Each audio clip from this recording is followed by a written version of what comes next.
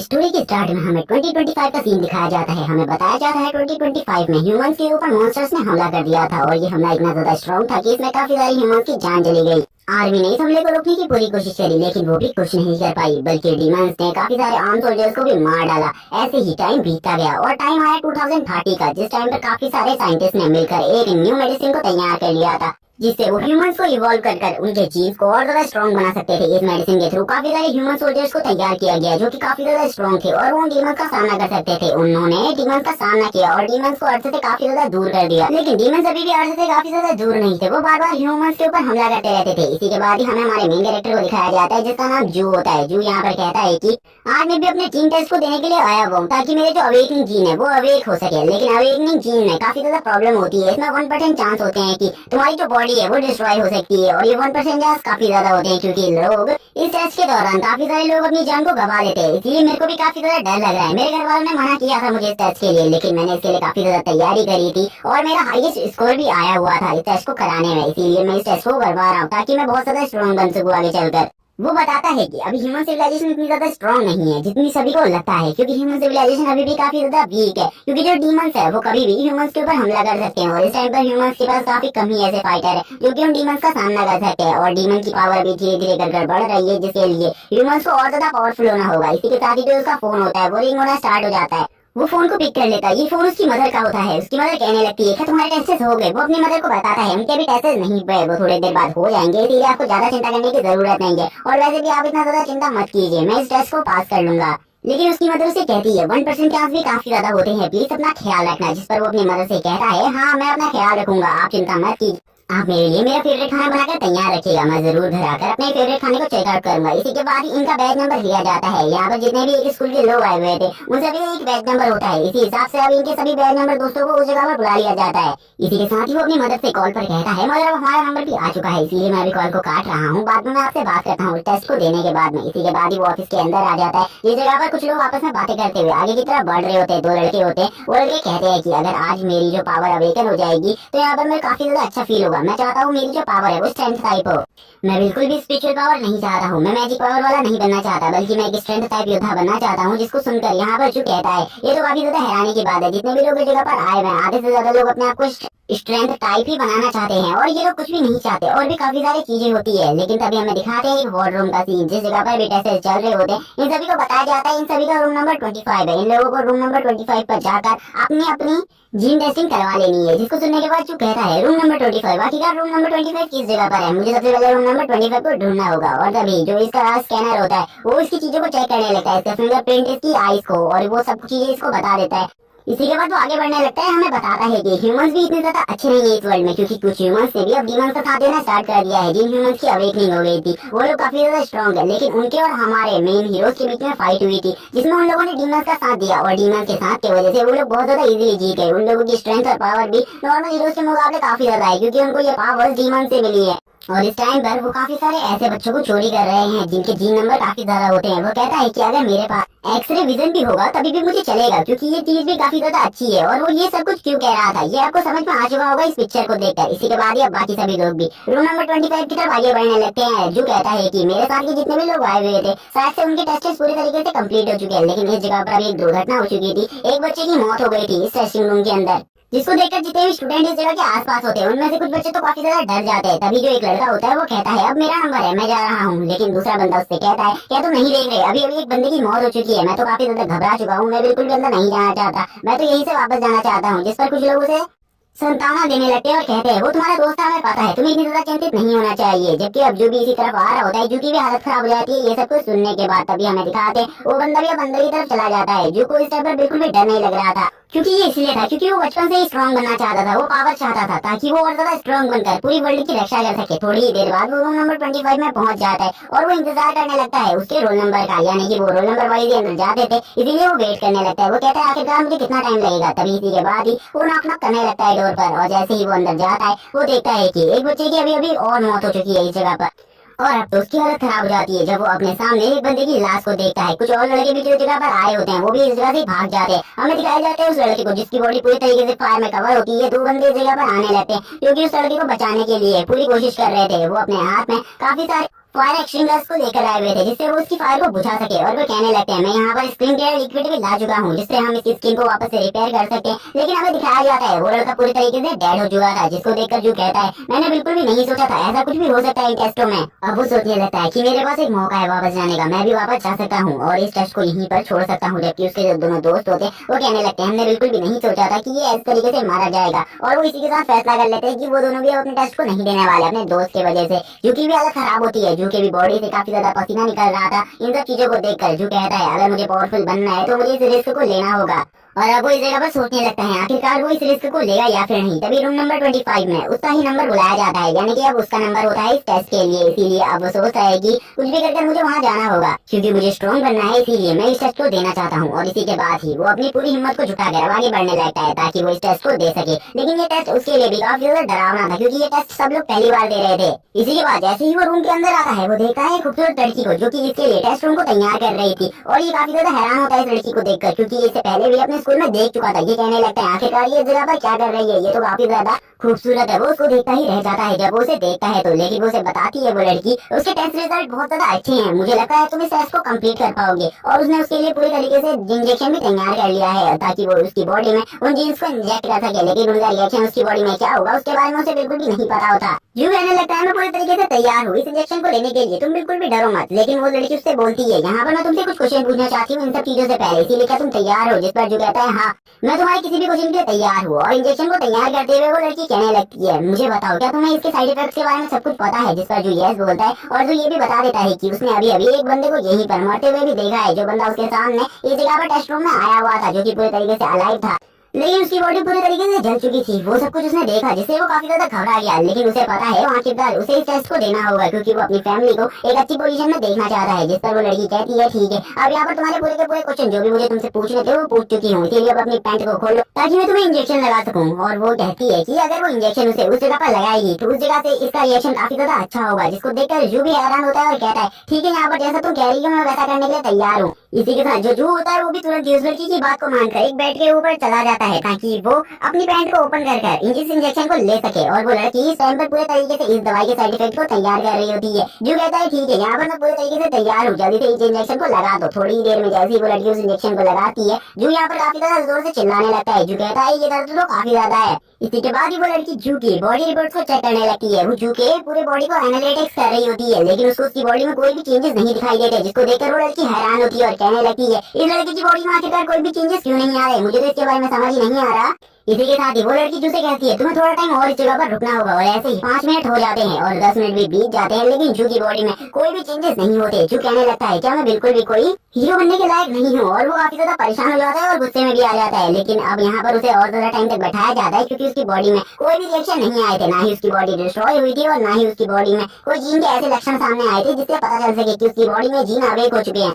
जिसको देखकर वो लेडी भी बोलने लगती है ये चीज भी मैं पहली बार देख रही हूँ, वहाँ से पहले यहाँ पर ऐसा कुछ भी नहीं हुआ है लेकिन अब तुम्हें और ज्यादा टाइम तक रुकना होगा, तब तक के लिए मैं यहाँ पर बाकी सारे और काम कर लेती हूँ, तुम इसी जगह पर बैठे रहो। इसी के बाद जो होता है वो उसी लड़की को देख रहा होता है जिस पर वो लड़की उसके करीब आ जाती है और उसे कहती है आखिरकार तुम क्या कर रहे हो? और यहाँ पर तभी जूस से कहता है मेरी बॉडी में कोई भी रिएक्शन नहीं हो रहा, 30 मिनट हो चुके हैं, क्या मुझे अभी जगह से जाना चाहिए? क्योंकि मुझे ऐसा लगता है कि अब मैं एक नॉर्मल ह्यूमन ही रह जाऊंगा। लेकिन उसी टाइम पर उसके सर में काफी ज्यादा दर्द होने लगता है। वो कहने लगता है कि मैं मरने वाला हूँ और उसकी बॉडी में एक अलग ही टाइप का रिएक्शन स्टार्ट हो जाता है जिसमें वो जोर जोर से चिल्ला रहा होता है कि मेरा सर फट जाएगा। और उसके सर में काफी ज्यादा जोर से दर्द होने लगता है, उसे कुछ भी समझ में नहीं आ रहा होता। तभी थोड़ी देर में उसकी बॉडी के अंदर से भी काफी ज्यादा ग्लो निकलने लगता है, यानी कि उसकी बॉडी भी जलने जैसी लगती है। लेकिन वो लड़की यहाँ पर पूरी मदद कर रही होती है उसकी बचाने में उसको, जिसका नाम अब हमें बताया जाता है यूमिंग। और यहाँ पर यू काफी ज्यादा अच्छे तरीके से उसको ट्रीट करते हुए कहती है तुम बिल्कुल भी चिंता मत करो, तुम्हें कुछ भी नहीं होगा। इसी के साथ हमें जू को दिखाया जाता है, जो जू उसके साथ क्या हो रहा था जू को भी कुछ समझ में नहीं आता। जू कहने लगता है आखिरकार ये क्या हो रहा है, क्या मैं मरने वाला हूँ? लेकिन मैं मरना बिल्कुल भी नहीं चाहता, मुझे मेरी बॉडी काफी ज्यादा लाइट फील हो रही है। इसी के बाद वो एक अलग ही जगह पर आ जाता है जिस जगह पर उसकी बॉडी का एक पूरा का पूरा सोल फॉर्म होता है, जिसे देखकर वो हैरान हो जाते हैं और कहने लगते हैं आखिरकार ये क्या चीज है। उसे कुछ भी समझ में नहीं आ रहा होता। तभी वो चारों तरफ देखने लगते हैं आखिरकार ये बॉडी किस टाइप की है। और वो देखता है कि इसकी बॉडी की जो ये स्पिरिचुअल फॉर्म है इसके चारों तरफ 14 जीन पॉइंट्स हैं और ये जीन पॉइंट्स उसके माइंड से रिलेटेड है। क्या उसके पास खाली माइंड टाइप पावर्स आने वाली हैं? और वो ये देखकर काफी ज्यादा हैरान हो जाते हैं और तुरंत ही उड़ जाता है, जिसे देखकर वो लड़की कहती है आखिरकार तुम काफी लंबे टाइम बाद होश में आ गए, मुझे तो बिल्कुल ही नहीं लगा था कि तुम होश में आ भी पाओगे। जो उसे बताता है उसने अपने जीन पॉइंट्स को देख लिया है, उसके जीन पॉइंट्स उसके माइंड से रिलेटेड, यानी कि वो बहुत ज्यादा इंटेलिजेंट है। लेकिन ये चीज मेरे लिए काफी ज्यादा बेकार है, जिस पर वो लड़की कहती है तुम बिल्कुल भी बेकार नहीं हो, तुम हमारे कॉलेज को ज्वाइन कर सकते हो। मैं यहाँ पर मैं बता दूं, जो हमारा कॉलेज है वो तुम्हारे ही जैसे स्टूडेंट की तलाश में था, हमें तुम्हारे जैसे स्टूडेंट की जरूरत है। तुम्हारे पास कोई भी फिजिकल स्ट्रेंथ टाइप पावर नहीं है, इसलिए बिल्कुल भी खुश मत हो, क्योंकि तुम्हारे पास इंटेलिजेंट की पावर है, इससे तुम्हारी बॉडी पर कोई भी असर नहीं पड़ने वाला है। और ये सुनने के बाद वो काफी ज्यादा हैरान हो जाते हैं और कहने लगते हैं कि ये सब चीजें तो बहुत ज्यादा बकवास है, क्योंकि जिसके पास भी मैंने सुना है इंटेलिजेंस टाइप पावर होती है वो बंदा इतना ज्यादा स्ट्रांग नहीं होता। जिस तरह वो लड़की से कहती है तुम्हें इन कुछ फॉर्म्स में साइन करना है, जिसके बाद मैं तुम्हें इस जगह से भेज सकती हूँ, जिस पर वो भी कहता है ठीक है मैं इन फॉर्म्स में साइन करने के लिए तैयार हूँ। और वो थोड़ी देर में उनकी फॉर्मेलिटीज को कंप्लीट करने के बाद इधर से जाने लगता है। लेकिन वो लड़की उसको जाते हुए कहने लगती है अगर तुम हमारे कॉलेज को ज्वाइन करना चाहते हो तो इसके बारे में बता देना। अब जू के पास और कोई भी रास्ता नहीं था, इसलिए वो उससे हाँ कर देता है। वो कहता है हाँ मैं तुम्हारे कॉलेज को ज्वाइन कर लूंगा, क्योंकि मेरे पास और कोई भी रास्ता नहीं है और ना ही मेरे पास और कोई ऐसी जगह है जिस जगह पर मैं जा सकता हूँ, क्योंकि मेरे पास में टोटली 14 जीन पॉइंट्स अवेक हुए हैं। लेकिन मेरे पास जो प्रतिभा है वो काफी ज्यादा कमजोर है, इसीलिए मैं यहाँ पर तुम्हारे साथ काम करने के लिए तैयार हूँ। जिस पर अब यू कहती है ठीक है यहाँ पर तुम्हें हमारे काम के बारे में सब कुछ बता दिया जाएगा, आज के बाद तुम मेरी मास्टर के डिग्री पर हो, इसलिए तुम्हें चिंता करने की बिल्कुल भी जरूरत नहीं है। जिस पर यू भी काफी ज्यादा खुश हो जाता है और तुरंत ही वो जो लड़की होती है यू वो उसे कार्ड देती है और कहती है ये कार्ड मेरा है, इसीलिए अगर तुम्हें कभी भी मेरी जरूरत हो तो यहाँ पर इस कार्ड पर कॉल कर लेना या फिर इस कार्ड को किसी को भी दिखा देना, उसके बाद वो बंदा तुम्हें बिल्कुल भी परेशान नहीं करेगा। इसी के बाद ही कैसे ही जो उस कार्ड को देखता है वो हैरान हो जाता है, क्योंकि ये गोल्डन कार्ड होता है और गोल्डन कार्ड इस टाइम पर काफी कम ही लोगों के पास मौजूद था। ये कहने लगता है ये लड़की तो एक प्रोफेसर है, जो कि इतनी कम उम्र में ही प्रोफेसर बन गई। मुझे बिल्कुल भी नहीं लगा था कि ये लड़की एक प्रोफेसर होगी, लेकिन इसके पास तो काफी ज्यादा हाई यूनिवर्सिटी का गोल्डन टोकन है, इसीलिए मुझे लगता है कि जो इसका औहदा है वो काफी ज्यादा होगा। इसी के बाद ही वो उस लड़की से कहता है ठीक है मैं यहाँ से जा रहा हूँ, लेकिन मैंने तुम्हारा नाम नहीं पूछा। तो वो लड़की उसे अपना नाम यू बता देती है। इसी के बाद ही वो यू के रूम से निकल जाता है और कहने लगता है मुझे अभी बाकी सारी चीजों को डिस्कस करना होगा। तभी उसे यू की बात याद आती है कि आखिरकार यू ने उससे चाह रहा था कि काफी सारे जो गैंग्स के लोग हैं जिन्होंने ह्यूमंस से रिश्ते को तोड़ दिया है और ह्यूमंस को धोखा दे दिया है, वो ह्यूमंस को पकड़ रहे जिनकी पावर काफी ज्यादा है, जिन्होंने काफी ज्यादा हाई जीन पॉइंट्स को अवेक किया है, इसलिए तुम्हें संभल कर रहना होगा। और वो यू की इस बात को याद रखा हुआ था। वो कहने लगता है आखिरकार वो कैसे दिखते होंगे, मुझे उनके बारे में जल्दी से जल्दी पता करना होगा, क्योंकि मुझे उनके बारे में इतना तो पता है कि वो काफी लंबे टाइम से सामने नहीं आए हैं, इसीलिए अगर वो सामने आएंगे तो हमारे जो ह्यूमन क्लैन है उनको काफी ज्यादा प्रॉब्लम होने वाली है, क्योंकि उनके पास डीमंस के दिए गए जीन्स है और डीमंस के द्वारा दिए गए जीन्स की पावर ह्यूमंस के जीन से काफी ज्यादा पावरफुल है। जब पिछली बार उन्होंने हमारे ऊपर हमला किया था हमारे काफी सारे ह्यूमन सोल्जर्स मारे गए थे और उन लोगों ने बहुत ज्यादा बेरहमी से हम ह्यूमंस को मार डाला था। और यहाँ पर जैसे कि अभी मुझे बताया है यू ने, तो उसके हिसाब से उनके हमले वापस से स्टार्ट हो चुके हैं, इसीलिए अभी हमें काफी ज्यादा खतरा है और मुझे भी इन सब चीजों से सेफ रहना होगा। हमें यू को दिखाया जा रहा है जो यू होती है वो इस टाइम पर जू के बारे में सोच रही होती है और सोचते हुए कहती है मुझे इन सब चीजों के बारे में हाईकमांड से बातें करनी होंगी, सबकी प्रोटेक्शन के बारे में। इसी के बाद ही मैं जू को दिखाते हैं, जो जू होता है वो सोच रहा होता है कि कहीं उसके ऊपर कहीं से हमला ना हो जाए, क्योंकि अभी भी उसको डर लग रहा था। इसी के साथ ही वो इस जगह से निकल जाता है और बाहर अपने साथियों से मिलने लगता है, जो कि उसके ही स्कूल के फ्रेंड्स होते हैं, जो कि यहाँ पर काफी ज्यादा खुश होते हैं। वो देखता है उसके स्कूल फ्रेंड्स कहने लगते हैं हम काफी ज्यादा खुश हैं क्योंकि हमारे जो नंबर्स हैं वो काफी ज्यादा अच्छे आए हैं। लेकिन तभी जू को दिखाया जाता है, जो जू होता है वो कहने लगता है आखिरकार वो चीज क्या थी जो कि मैंने अपने स्पिरिचुअल वर्ल्ड में देखी थी, वो तो एक बहुत बड़ा स्पिरिचुअल स्टैचू था, आखिरकार ऐसा कैसे हो सकता है, और ये तो मैंने आज से पहले कभी भी किसी ऐसी चीज को नहीं देखा। और इसी के साथ ही उसके सर में वापस से वही दर्द स्टार्ट हो जाता है और इस दर्द की वजह से उसे काफी ज्यादा पेन हो रहा होता है। वो कहने लगता है ये दर्द काफी ज्यादा है, मैं इस दर्द को और ज्यादा नहीं सह पाऊंगा। लेकिन तभी उसका दोस्त आकर उससे कहता है आखिरकार तुम्हें क्या हो रहा है, जिसको देखकर जू कहता नहीं मुझे कुछ भी नहीं हुआ। जिस पर वो दोनों बताते हैं कि उन दोनों का ही जो स्कोर है वो 11 है, यानी कि उन दोनों ने ही 11 जीन पॉइंट्स को अवेक किया है और वो दोनों ही काफी ज्यादा अमेजिंग है, क्योंकि उन दोनों के जीन पॉइंट्स सेम पॉइंट्स पर है और उन दोनों के जो दो जीन पॉइंट्स है वो हाथों के ऊपर है, इसीलिए उनकी जो हैंड स्ट्रेंथ है वो काफी ज्यादा है नॉर्मल ह्यूमंस के मुकाबले में। और किसी स्ट्रेंथ टाइप के बंदे के पास भी दो जीन पॉइंट अपने हाथों पर नहीं होते बल्कि उनके हाथों पर है, इसीलिए उनकी जो हैंड स्ट्रेंथ है वो काफी ज्यादा है। लेकिन जू की हालत को देखकर वो हैरान हो जाते हैं और जू से कहने लगे क्या वो अपने बारे में हमें कुछ बताना चाहेगा, हमें पता है उसका स्कोर कम रहा होगा इसीलिए वो इतना ज्यादा उदास है इस टाइम पर, लेकिन वो हमें बता सकते हैं आखिरकार उसका स्कोर क्या रहा है। इसी के बाद ये जो होता है वो हमें बताता है कि जैसे ही किसी ह्यूमन की जीन की अवेकनिंग होती है उसकी जो बॉडी होती है उसके पार्ट्स में धीरे धीरे करके चेंजेस आने लगते हैं और उसकी बॉडी धीरे धीरे करके इवॉल्व होने लगती है और उसके बाद वो काफी ज्यादा स्ट्रॉन्ग बन जाता है। और ये दोनों अभी जगह पर जू से पूछने लगते हैं आखिरकार तुम्हारे कितने जीन पॉइंट्स अवेक हुए, क्या तुम हमें नहीं बताना चाहते। वो दोनों उससे काफी ज्यादा अच्छे तरीके से पूछ रहे होते हैं, लेकिन तभी एक बंदा दूसरे बंदे को गुस्सा दिला देता है और इन दोनों में ये फाइट स्टार्ट हो जाती है। इस जगह पर ये दोनों ही एक दूसरे से फाइट करने लगते हैं और ये दोनों ही एक दूसरे को हराने की पूरी कोशिश कर रहे थे, जिसे देखकर जो बोलता है तुम लोग यहाँ पर जाना बंद करो, मैंने भी यहाँ पर 14 जीन पॉइंट्स को अवेक किया है, इसीलिए ये बिल्कुल भी बेकार बात नहीं है मेरे लिए। जिसे सुनकर एक बंदा कहता है ये तो काफी ज्यादा अमेजिंग है, क्या तुम हमें अपना टाइप बता सकते हो। जिसके बाद ही यहाँ पर जो कहने लगता है तुम यहाँ पर मेरे टाइप को जान के क्या करोगे, वैसे भी जो मेरा टाइप है वो यहाँ पर इंटेलिजेंस टाइप है। और वो ये बताने के बाद हंसने लगता है और कहता है मुझे पता है ये काफी ज्यादा बेकार है, इसलिए मैं यहाँ पर किसी को भी इस बारे में नहीं बताना चाहता था। जिसे देखकर वो दोनों हैरान हो जाते हैं और कहते हैं हमें बिल्कुल भी नहीं पता था तुम्हारा इंटेलिजेंस टाइप निकलेगा। लेकिन तुम बिल्कुल भी चिंता मत करो, हम तुम्हारे बदले ये भी काफी सारे मॉन्स्टर्स को मारेंगे। और वो दोनों ही खुश होते हुए उससे कहते हैं अभी तो हम लोगों को पार्टी करने के लिए जाना चाहिए, क्या तुम हमारे साथ आना चाहोगे किसी होटल में पार्टी के लिए? जिस पर जो तुरंत ही उन्हें मना करते हुए कहता है अभी तो मैं घर जाना चाहता हूँ क्योंकि मुझे अभी काफी सारी चीजों पर, इसीलिए मैं बिल्कुल भी अभी तुम्हारे साथ नहीं आ सकता। बाद में मैं तुम्हारे साथ जरूर आ सकता हूँ कभी और खाने के लिए। और इस पर वो दोनों कहते हैं ठीक है यहाँ पर हम लोग अभी जा रहे हैं लेकिन बाद में तुम हमारे साथ जरूर आना खाने के लिए किसी दिन। और इसी के बाद जो मोटा वाला बंदा होता है वो बोलता है अकेले जाने में काफी ज्यादा खतरा है, मुझे लगता है तुम्हें अकेले नहीं जाना चाहिए क्योंकि अकेले में मैंने सुना है काफी सारे लोग जिनके हाईएस्ट जील पॉइंट्स है वो काफी ज्यादा लोग गायब हो रहे हैं, इसीलिए तुम्हें भी सतर्क रहना होगा। दूसरा बंदा कहता है जो यहाँ पर काफी ज्यादा इंटेलिजेंट है इसीलिए उसे पता है उसे क्या करना है, इसीलिए वो अपने फैसले को खुद ले लेगा। जबकि जू की तो ये बात जानकर और ज्यादा फट रही थी, लेकिन जू फिर भी कहता है मैं जाना चाहता हूँ इसीलिए मैं जा रहा हूँ, तुम लोग बिल्कुल भी मेरी चिंता मत करो, मैं आराम से घर पहुंच जाऊंगा। लेकिन तुम लोग अच्छे से एंजॉय करना क्योंकि वो आज काफी ज्यादा उदास था जिस वजह से वो ऐसी बातें कर रहा था। क्योंकि जीन ग्रेड के टाइप में जो सबसे लोवेस्ट टाइप का जीन ग्रेड होता है वो उसका निकला था, जिस वजह से वो काफी ज्यादा उदास भी था और वो कुछ भी नहीं कहना चाहता था अपने दोस्तों से इस टाइम पर, इसीलिए वो इस जगह से निकल जाता है तुरंत ही और अपने एक दोस्त से कहता है मैं तुमसे बाद में आकर मिलता हूँ, तुम मुझे घर पहुंचकर कॉल जरूर करना क्योंकि मुझे तुमसे एक इंपॉर्टेंट बात करनी है किसी टॉपिक के बारे में। इसी के बाद वो कहता है कि मेरे दोनों ही दोस्तों को काफी ज्यादा अच्छी रैंक्स आई है और वो काफी ज्यादा अच्छे टाइप में कन्वर्ट हो चुके हैं, लेकिन मेरा जो टाइप है वो काफी ज्यादा बेकार है, मैं एक इंटेलिजेंट टाइप बिल्कुल भी नहीं बनना चाहता था, इससे अच्छा तो मैं एक मैजिक टाइप बन जाता जो कि काफी ज्यादा अच्छा होता, लेकिन अब मैं कुछ भी नहीं कर सकता। तभी उसका दोस्त होता है वो उससे कहता है तुम चिंता मत करो बिल्कुल भी, मैं यहाँ पर तुम्हारे साथ हूँ और तुम्हारा फुल सपोर्ट करने वाला हूँ, तुम बिल्कुल भी ये मत सोचना कि तुम एक इंटेलिजेंस टाइप हो तो मैं तुमसे दोस्ती तोड़ लूंगा। और इसी के बाद ही वो उसे कहता है चलो ठीक है अभी मैं होटल में जा रहा हूँ, तुमसे बाद में आकर बात करता हूँ। जिसके बाद जू भी उसे अलविदा लेकर इधर से निकल जाता है क्योंकि ऐसी बात सुनने के बाद वो दोनों ही कहने लगते हैं हमें बिल्कुल भी नहीं पता जू का आगे आने वाला फ्यूचर क्या होने वाला है, लेकिन हमें पता है इसका फ्यूचर कुछ भी हो बहुत ज्यादा ब्राइट हो। इसीलिए वजह सिटी में न्यूज रिपोर्टिंग चल रही थी उसी आवाज सुनाई जाती है, काफी सारे लोगों को सतर्क रहने को और अपने घर में रहने को कहा जाता है क्योंकि जो सीक्रेट ऑर्गेनाइजेशन है वो वापस से एक्टिव हो चुकी है और वो वापस से ह्यूमंस के ऊपर हमला करना स्टार्ट कर चुकी है और काफी सारे ह्यूमंस के थ्रू बनाए गए न्यू जीनियसेस को भी अपने वहाँ अगवा कर चुकी है, इसलिए सभी लोगों को सतर्क रहना है। और जिनके पास न्यू अवेकनिंग जीन पॉइंट्स है उन लोगों को खासकर सतर्क रहना है क्योंकि उनके ऊपर वो सबसे ज्यादा हमला कर रही है। इसे सुनने के बाद अब जू कहने लगता है मुझे काफी ज्यादा सतर्क रहना होगा क्योंकि इस एरिया में वो कभी भी मेरे ऊपर हमला कर सकते हैं, इस एरिया में कोई भी सिक्योरिटी फोर्स भी नहीं है मेरे लिए।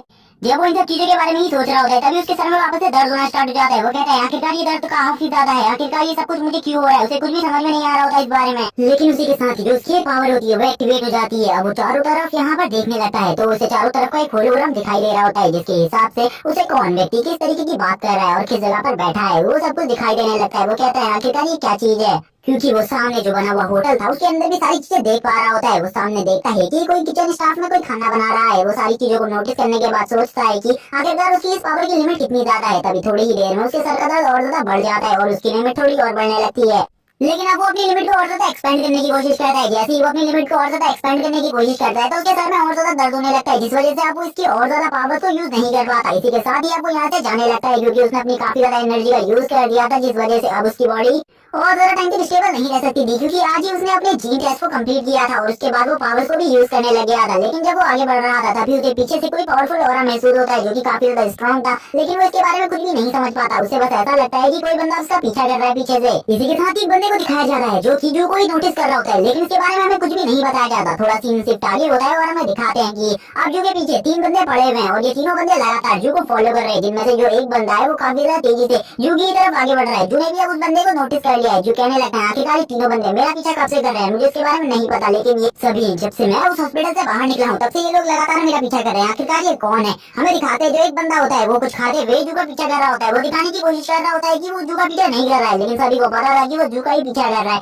जो यहाँ पर काफी सारी चीजें सोचता है और वो काफी ज्यादा डर जाता है, वो सोचने लगता है आखिरकार अब उसे क्या करना चाहिए क्योंकि उसके माइंड में इस टाइम पर कोई भी चीज नहीं चल रही थी, आखिरकार ये लोग कौन, और इनको वो पहले से जानता भी नहीं था। तभी जू को उस कार्ड के बारे में याद आता है जो कि मिस यू ने उसे दिया था, वो उस कार्ड को तुरंत ही निकाल लेता है और अब कहता है कि आखिरकार मुझे इस कार्ड का यूज करना होगा और मिस यू से बात करनी होगी ताकि मैं मिस यू से अपने लिए हेल्प को मंगवा सकूं क्योंकि ये लोग तो मुझे मारने की पूरी कोशिश कर सकते हैं। तभी अब हमें एक बिल्डिंग का सीन दिखाया जा रहा है और इसी के साथ ही हमारा सीन शिफ्ट होता है और एक मीटिंग हॉल को दिखाया जा रहा है जिसके अंदर हर में गवर्नमेंट के एक सर्वेंट का सीन दिखाते हैं जिसका नाम लिनहू होता है। वो यहाँ पर बात कर रहे होते हैं इन सभी लोगों से, वो कहने लगते हैं कि तुम लोगों ने उन लोगों के अटैक से बचने की पूरी तैयारी कर ली है, जिनमें से यहाँ पर काफी सारे लोग आए हुए होते हैं जो कि बड़े बड़े इंस्टीट्यूट में से थे, जिनमें से मिस यू भी जगह पर होती है। मिस यू को तुरंत ही इस टाइम पर मैसेज आता है जो कि और किसी का नहीं बल्कि जू का मैसेज होता है, जिसमें जू बता रहा होता है कि उसकी जान के पीछे कुछ लोग पड़े हुए हैं, जिसको सुनने के बाद जो मिस यू होती है वो कहने लगती है आखिरकार ये मैसेज क्या है क्योंकि उन्हें भी किसी टाइप का मैसेज पढ़ने की अनुमति नहीं दी इस जगह पर, इसीलिए उन्होंने अभी तक इस मैसेज को नहीं पढ़ा था। लेकिन वो इस जगह पर बाकी सभी की प्रोटेक्शन के बारे में बात कर रही थी।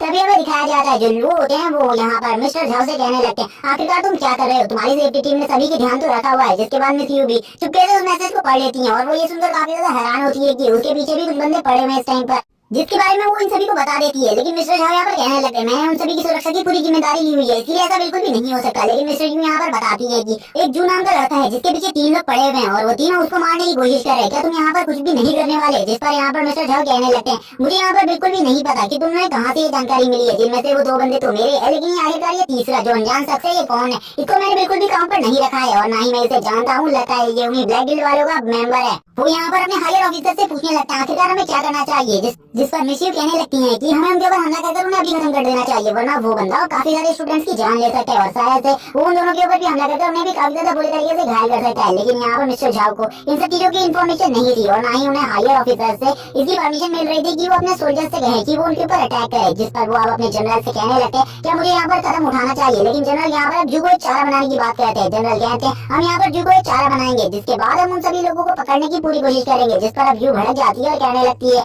क्या तुम लोग यहाँ पर ऐसा बिल्कुल भी नहीं कर सकते, जो के साथ तुम ऐसा नहीं कर सकते क्योंकि वो हमारी एकेडमी का स्टूडेंट है, इसीलिए अगर तुमने ऐसा करने की कोशिश करी तो तुम्हारे ऊपर हमारी एकेडमी स्ट्रिक्ट एक्शन भी ले सकती है। तभी यहाँ पर एक बंदा जो होता है वो कहने लगता है तुम्हें यहाँ पर इतना ज्यादा रूड नहीं होना चाहिए, क्योंकि अगर एक स्टूडेंट की हेल्प से हम काफी सारे लोगों की जान बचा सकते हैं तो ये तो हमारे लिए काफी ज्यादा अच्छी बात है और हम इस छोटे से स्टूडेंट की जान तो ले ही सकते हैं, क्योंकि खाली इंटेलिजेंट क्लास का जिन को ग्रो किया है इसमें कोई बड़ी बात नहीं है और ये तो कोई भी कर सकता है। जिस पर मिस्टर यू भड़क जाती है और मिस यू कहने लगती है तुम यहाँ पर बकवास करना बंद करो, अगर यहाँ पर तुम्हारे किसी कॉलेज के स्टूडेंट की बात होती तब तुम्हें यहाँ पर बोलना चाहिए था, तुम अपने स्कूल के स्टूडेंट की जान क्यों नहीं दांव पर लगाते, तुम्हें यहाँ पर दूसरों की बात नहीं करनी चाहिए। जिस पर अब जनरल उस बंदे की बात से एग्री करते हैं और मिस यू से कहते हैं तुम्हें यहाँ पर शांत हो जाना चाहिए, हम उसकी जान को नहीं लेंगे और उसकी जान को बचा लेंगे, लेकिन अगर अभी हम उसका यूज करते हैं तो हम काफी ज्यादा इजीली काफी सारे ब्लैक गिल्ड के मेंबर्स को पकड़ सकते हैं। लेकिन मिस यू यहाँ पर नहीं मानती और कहने लगती है तुम्हें यहाँ पर बकवास करना बंद कर देनी चाहिए, क्योंकि हम किसी भी स्टूडेंट को इस तरीके से चारा नहीं बना सकते और वैसे भी वो काफी ज्यादा मासूम है, उसके बारे में भी हमें ज्यादा चीजें भी नहीं पता है, इसीलिए तुम ऐसा नहीं कर सकते। जिस पर अब वो वापस से कहते हैं तुम यहाँ पर पहले शांत हो जाओ और उसके बाद मेरी बात को ध्यान से सुनो, मैं कह रहा हूँ हम उसकी जान को बचा लेंगे, तुम इतना ज्यादा हाइपर मत हो।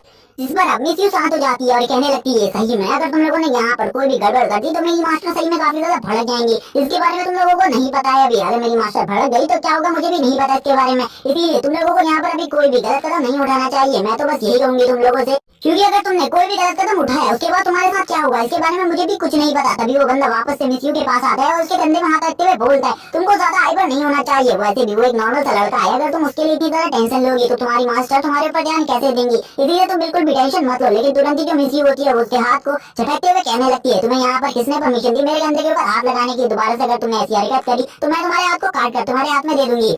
और यहाँ पर जनरल भी कहने लगे तुम्हें उस लड़की से नहीं उलझना चाहिए, क्योंकि वो लड़की काफी ज्यादा पावरफुल मास्टर की स्टूडेंट है और अगर तुमने उसके साथ उलझने की कोशिश करी तुम्हारे साथ कुछ भी हो सकता है, इसीलिए शांत रहो और हमारे प्लान को पूरी तरीके से फॉलो करने की कोशिश करो। जिसके बाद अब यहाँ पर वो दोनों भी पूरी तरीके से इन सब चीजों को देखने लगते हैं। जो मिस यू होती है वो यहाँ पर रिप्लाई देने लगती है जू को और वो बता देती है कि उन तीनों में से 2 बंदे तो हमारे ऑफिसर है, बल्कि जो एक बंदा है वो हमारा ऑफिसर बिल्कुल ही नहीं है, वो ब्लैक गिल्ड से बिलोंग करता है और वो तुरंत ही इस मेल को सेंड कर देती है जू के फोन में। और जैसे ही जू इस मेल को देखता है जू काफी ज्यादा हैरान हो जाता है, क्योंकि ये मेल जैसे ही वो पढ़ता है उसे भी पता चल जाता है कि आखिरकार वो लोग कौन है और उनमें से कौन बंदा उसको मारना चाहता है। अब वो कहने लगता है मुझे कुछ भी करके अपने आप को सेफ रखना होगा, क्योंकि मुझे किसी भी ऑर्गेनाइजेशन के ऊपर बिल्कुल भी भरोसा नहीं है कि वो मुझे प्रोटेक्ट करेगी, इसीलिए मुझे अपनी प्रोटेक्शन खुद करनी होगी। और इसी के बाद ही वो अपनी प्रोटेक्शन की तैयारी करने लगता है और वो बाकी सारी चीजों को छोड़कर सबसे पहले एक कॉफी शॉप के अंदर जाता है और कहने लगता है मैंने जो प्लान किया है मुझे उसी हिसाब से सारी चीजों का इंतजाम करना होगा, वरना मेरी जान बचने के चांसेस तो 0% हो जाएंगे, ये लोग तो मुझे ऐसे ही मरवा देंगे।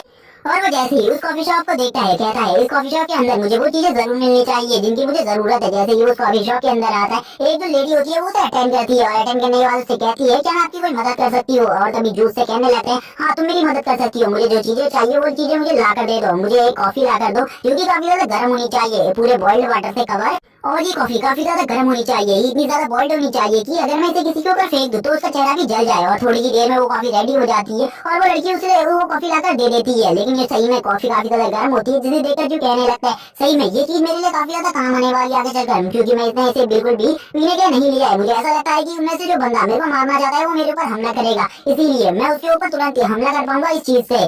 अब इस जगह पर जैसे ही वो बंदा जू को घेरा पाता है तो कहने लगता है ये मेरे पास सबसे अच्छा मौका है इस बंदे को पकड़ने का, इसीलिए मुझे इसके ऊपर हमला करना चाहिए। जू को भी पता चल गया था कि वो बंदा तुरंत ही उसके ऊपर हमला करने वाला है, इसीलिए जू भी अपनी स्पीड को बढ़ा लेता है और एक झटके से पीछे मुड़कर उसके ऊपर हमला करता है अपनी कॉफी के साथ। और जैसे ही वो अपनी कॉफी के साथ उसके ऊपर हमला करता है तो उसका जो मुंह होता है वो काफी ज्यादा बुरे तरीके से जल जाता है उस कॉफी की वजह से, जिसमें जू भाग जाता है उस जगह से। लेकिन वो बंदा भी अब लगातार जू का पीछा करने लगता है। वो कहता है तुम्हें क्या लगता है तुम भाग कर इधर से जा सकते हो, तुम्हारे भागने के चांसेस बहुत ज्यादा कम है। उस बंदे का एक्सपीरियंस जू से काफी ज्यादा होता है और वैसे भी वो एक ई रैंक का पावरफुल जीन मास्टर होता है, इसी वजह से वो जू को काफी ज्यादा आसानी से उठाकर एक दीवार पे पटक देता है, जिसके बाद जू की हालत काफी ज्यादा खराब हो जाती है और जू की बॉडी शेक करने लगती है। तभी जो जू होता है वो चिल्लाकर सभी को इस जगह पर बता देता है कि ये जो बंदा है ये ब्लैक गिल्ड से बिलोंग करता है और ये इस जगह पर सभी लोगों को मारने के लिए आया हुआ है। जैसे ही जितने भी लोग इस जगह पर होते हैं उन लोगों की नजर इस बंदे के ऊपर पड़ती है और जैसे ही वो इस बंदे के बारे में जानते हैं तो वैसे ही उन लोगों की भी पड़ जाती है और तुरंत ही इस जगह से भागने लगते हैं। इस जगह पर जितने भी लोग होते हैं उन्हें इस जगह पर भागता हुआ देखकर वो दोनों जो ऑफिसर होते हैं वो कहते हैं आखिरकार इस जगह पर क्या चल रहा है, क्या जो हमारा प्लान है वो पूरी तरीके से फेल हो चुका है, ये बंदे के बारे में सबको सब कुछ पता चल चुका है, इसलिए अब हमें इस बंदे को बचाना होगा, यानी कि इस लड़के को बचाना होगा।